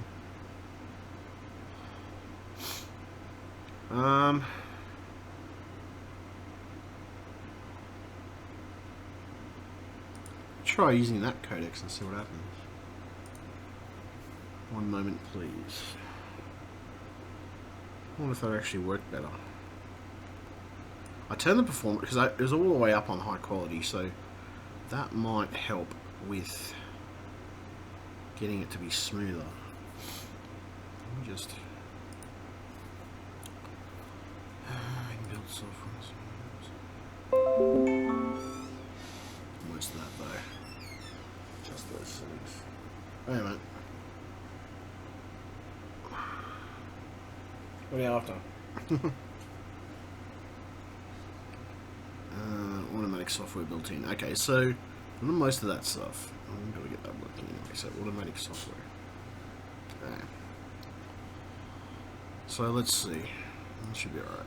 So I'll do that one. I'll adjust that down a little bit more. Probably be alright. So alright. And that should be alright now. So let me see what it looks like. Let's see, add that back to the inputs. Screen capture, game capture. Where's the device? Ah, no, fuck me. Where are you, bastard? Oh, there we go. Now, I had it back. Get it to fucking work. Oh, that's right. It's going to try and fucking input for that. Close that for a moment. Alright, so what I want to do then... This device is in use by another application. Really? Try that again. Alright, so let me try this again. Let's see. Alright. Oh, that's not gonna work because that needs to be on the bottom. Plus the other inputs. There we go. Okay, now we're good. Okay, so let's see. We'll see how that. We'll see if that works a little bit better now. As I said, I was having the problem before with lag, but I turned the quality down a bit, and it should run a bit smoother now. Yeah, okay, that's a lot smoother. That's fucking better. All right. Okay. Just make sure that input is getting the correct frame rate, which I'm pretty sure it is. Ah. No, fuck you. There we go. Alright. So that one's alright. That is configured correctly, and that looks pretty good. Use internal Elgato decoding. Configure video inputs. Right, so that's getting 60 frames. That's perfect. Alright, so now I know that's actually working, which is great. That's fantastic. So for now, I know that is working. But yeah, no. I have had intermittent problems with... on and off I've had intermittent issues with, let's see, with Elgato and other different bits and pieces of software on Windows 10. Sometimes things will work fucking great, and other times it just completely fucking shit itself, which is kind of annoying when that happens, because nothing fucking works and everything just fucking dies in the arse. And then, well, you know, it makes you look unprofessional on top of that, which can be rather annoying. But in the long term, that's fixed. So that's actually way better now. That's plus it's smoother for gameplay as well. There we go. What do you want? Art! What do you want? We got no fucking food for you. I can't give you food. I'll tell you why. Because we have none. I can't give you food. I don't have any. I literally don't have any this morning. If I had food, I would give it to you. I promise you. I would. There's a bone outside you can eat, which you've obviously been chewing on earlier. What? What? What is your problem? I don't understand you. Well, there is dry food out there, but every time it's like it's trying to get you to eat it. It's like pulling teeth. You know? It shouldn't be that hard to get you to eat dry food. What? What? What do you want? I'm telling you, there's only dry food out there. That's all that's out there for you. There's nothing else out there for you. That's the only option you've got this morning. I don't have any food. Leave me alone. That's all I have. Is dry food. What? Gee, thanks. Gee, thanks you. Now he's trying to get food out of me. Can't pull it out my butt. But no, anyway, the point that I was trying to make is that I was having some initial problems. I don't know, like streaming software, any type of gaming at all on Windows 10 was an absolute pain in the ass to run anything. I mean, some of the stuff ran, but also was like completely shit itself most of the time. It was rather frustrating though. I was trying to get, first time I think, I was trying to run a bunch of games. I think it was, what was the first game I tried to run? What's the name of the fucking thing? Titan Falls? No. What was it again? I'll go in fucking Steam. I'll just have a look. Game, or the name of the game that I was trying. The first game I ever tried to run was, which ran like a piece of ass. Alan Wake. That's it. Yeah, that's the one. Alan Wake was the first game I ever tried to run on Windows 10, and it ran like shit. Absolute shit. I couldn't even get 60 frames on it, which now I pretty much in every game. Huh? But yeah, that's my point. Leave me alone. I don't have food. Yay. Well, I don't know. There's some dry food out there. Get a bowl and just put some, like, put it into a bowl for him and see if he'll eat it. Because he might not. Sometimes he does, sometimes he doesn't.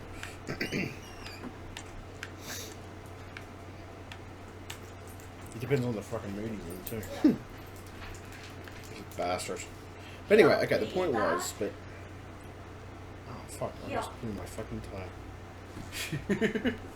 Will you eat that? I don't have anything else.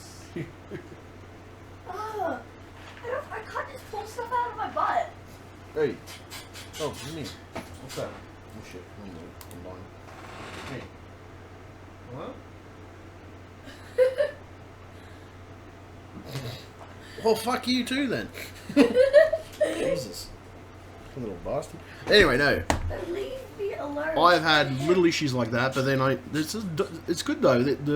When I got this, was it HD 60S, the newest capture device from Elgato, it actually tells you if it's going below the frame rate of what you're capturing. So that's a plus. Shit.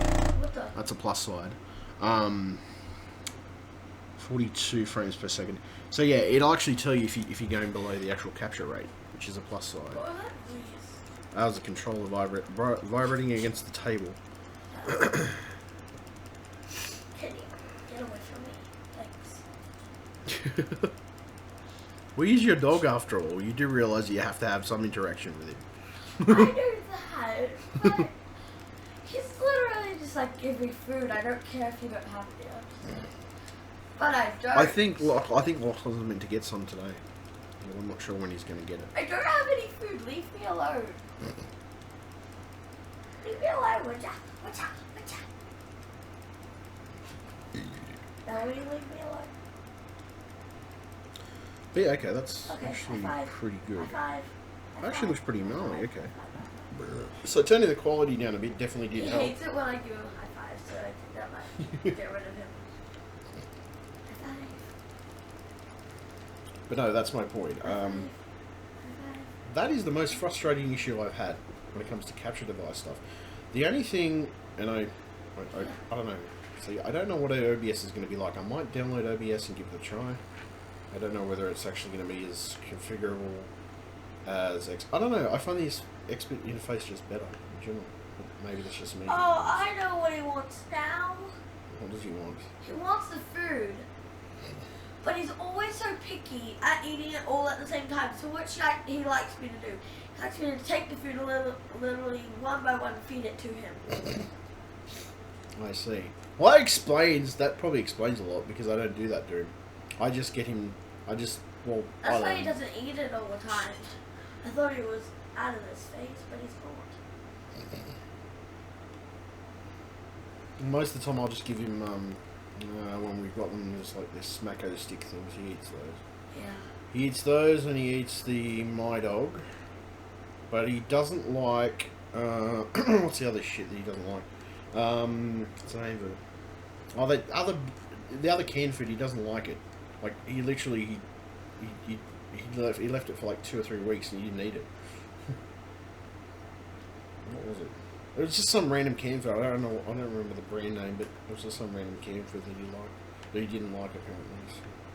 That's why I have to check what's in it. It has to have chicken and it has to have aioli sauce. I have no idea what was it. I think it was like roast, was it meatloaf or something? Oh no, he will not eat that. He likes chicken, aioli sauce, and beef jelly. Yeah. Okay. No. I have to look for that. I think he had the last meals he had was lamb. He did like the lamb. Or My Dog though. You like lamb? He changes his mind all the time.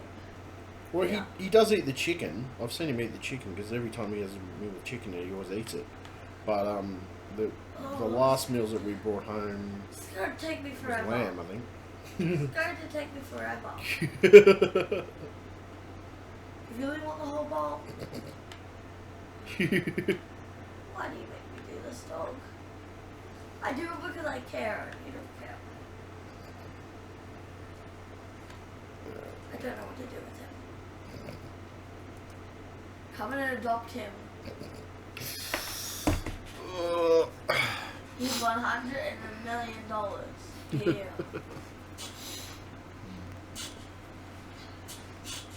Okay, so there's that one. But yeah, no, I've had that plus, like I said, there's random Windows 10 crashes.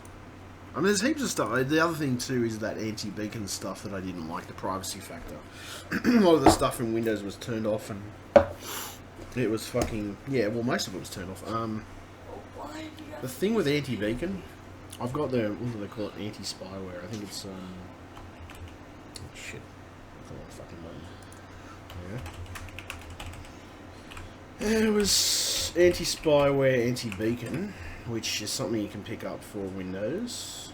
If anybody's interested, it turns off all the advertisement shit that is in Windows.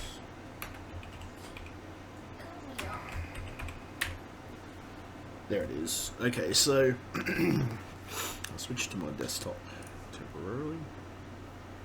Alright. So if you need privacy stuff in Why Windows, is he licking himself? Like, is he like a cat? no. I think occasionally dogs lick them or scratch themselves. It's pretty normal behaviour for a dog. So let's see, Spybot anti-beacon for Windows, which is something you can pick up. Basically, this does anything relating to, well, any advertisement stuff. It even some general. Oh, fucking won't even let me into it. Fuck you, seriously? There we go. I'm outdated. Okay, so it's got. I mean, it's designed for because they put it in Windows 7, Windows 8, and Windows 8.1. It's all the telemetry data basically that gets sent back to Microsoft. So you can turn all this shit off. It's not that hard. It's pretty much a one button, which is an immunise button. You hit that, and it should immunise you against everything. Well, pretty much most everything you need. There might be a few things you actually have to tinker in the registry to fix, or actually turn off properly. But if you're not too confident in doing that, I wouldn't fucking do it personally. Windows 8.1, Windows 8, Windows 7. But pretty much, the problem is that they did put this in even the previous operating systems, which I can't understand why the fuck they put all this telemetry shit in there. Basically, it's just reporting back stuff, and, well, like Barnacle said, there's a lot of dodgy shit going on there, and I think it's kind of annoying that they actually decided to do that to people. Made changes. It's all re-enabled with tracking services and experience any issues with it. You can have some suggestions and recommendations. So yeah, that's the tool I use myself. Plus, if there's anything that I want to turn off specifically myself, I can turn it off in Windows. Dog's being very rude. He's eating with his mouth open. Nah, most dogs do, depending on the food, because most of their food is pretty chewy. Spybot anti-beacon from Windows 10. Spybot forum. So there's even a forum there if you do get stuck on any issues with that software. I've never personally had any issues with it. It's never really stopped anything from working in Windows, so I'm gonna give it a plus sign instead of using it. Come on, you bastards! Go back in there, you bastard! Come on, no. Oh, there we go. Okay, so there's that. You can get a bunch of installs. That's where the install files are. If you need to go through the forum to talk to people. I'll get you another one. Oh my god! He just looks at me and just like, get me out of that. It'll take me forever. So anyway, this one, okay, so when I've done the anti-beacon, there's another one, so 16% immunised. So this, I mean, if you do run across any problems, or if it stops something from working, which, no, I don't know, I haven't had any issues myself. I got Windows, Office 2007 on here, and I've never had any issues with it stopping something working in that even. Oh, there is another option you can do as well. You can switch it. You switch it on, and you can turn off some of the telemetry in certain Office versions as well, because some of that telemetry goes back to Microsoft as well. Anyway, that's alright. Okay, so most of this data stuff anyway here, as you can see. Anti-beacon Windows 10, Major Geeks. We actually use anti-spyware tools for Windows 10. Anti-spyware tool. What was that?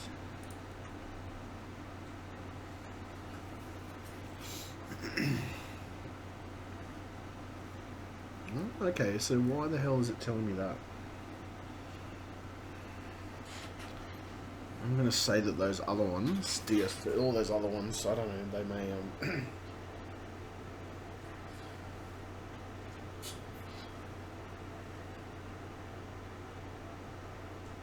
I don't know, I like anti-beacon anyway, I don't have a problem with it. I don't know why they're not recommending it.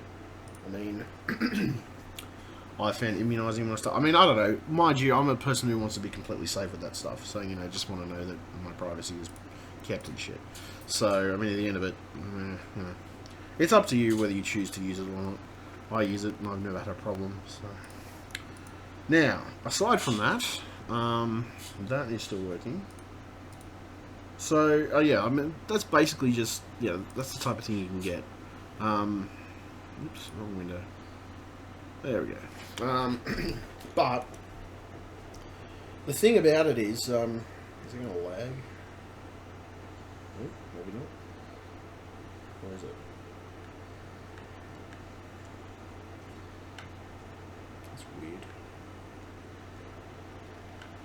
Is it going to chop it again? Is it going to change scenes that I haven't?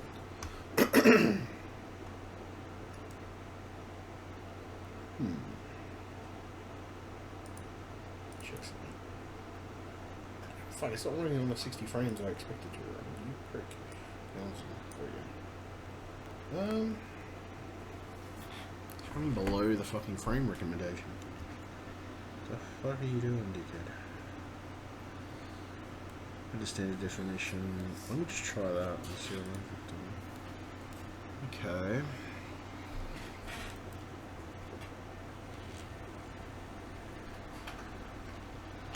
Alright. Stop. Let me just see what that does. I'm not giving him any more. That took me like 10 minutes. Okay, so let me just re-click this again. I'm not giving you any more. It's like, feed me, Seymour, feed me.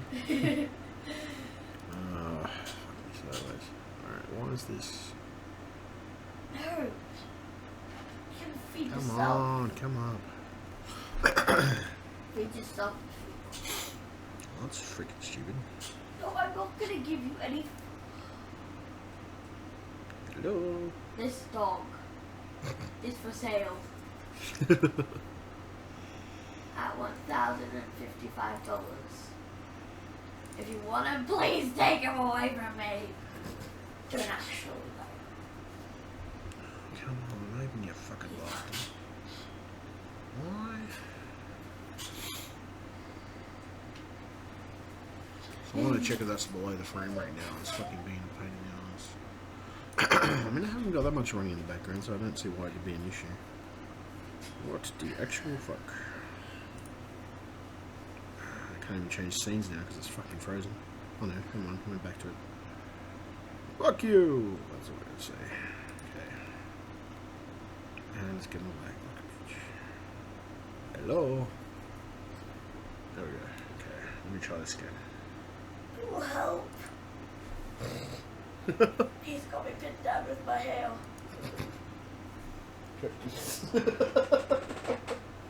Oh, thank you. Ow!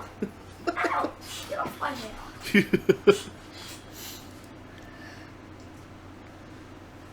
Why the hell is that not opening? Settings.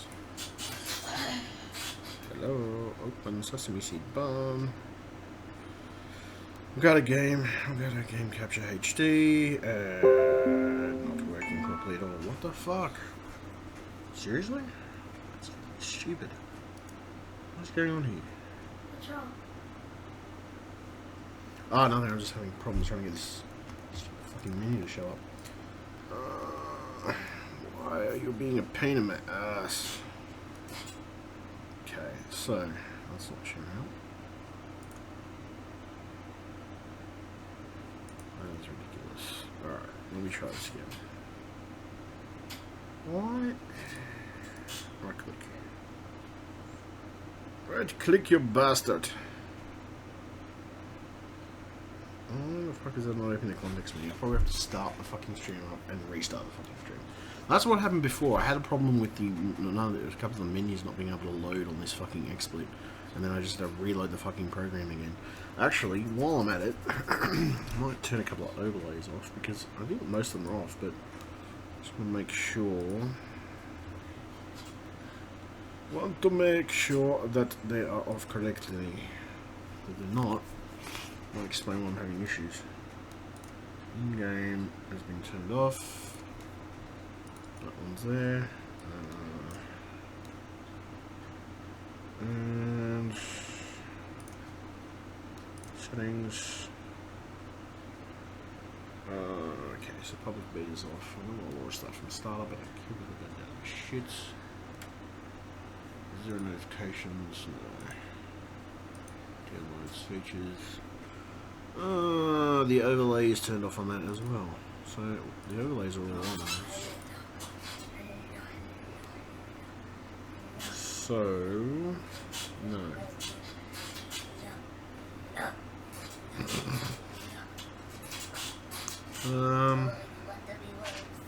I've turned most of these off. Well, what the fuck is going on here?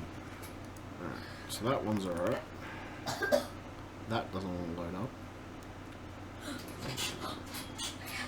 All I have to say is fuck you. Okay, so I will be right back. I'm just going to relaunch this program because it's being a bit of a pain in the ass momentarily.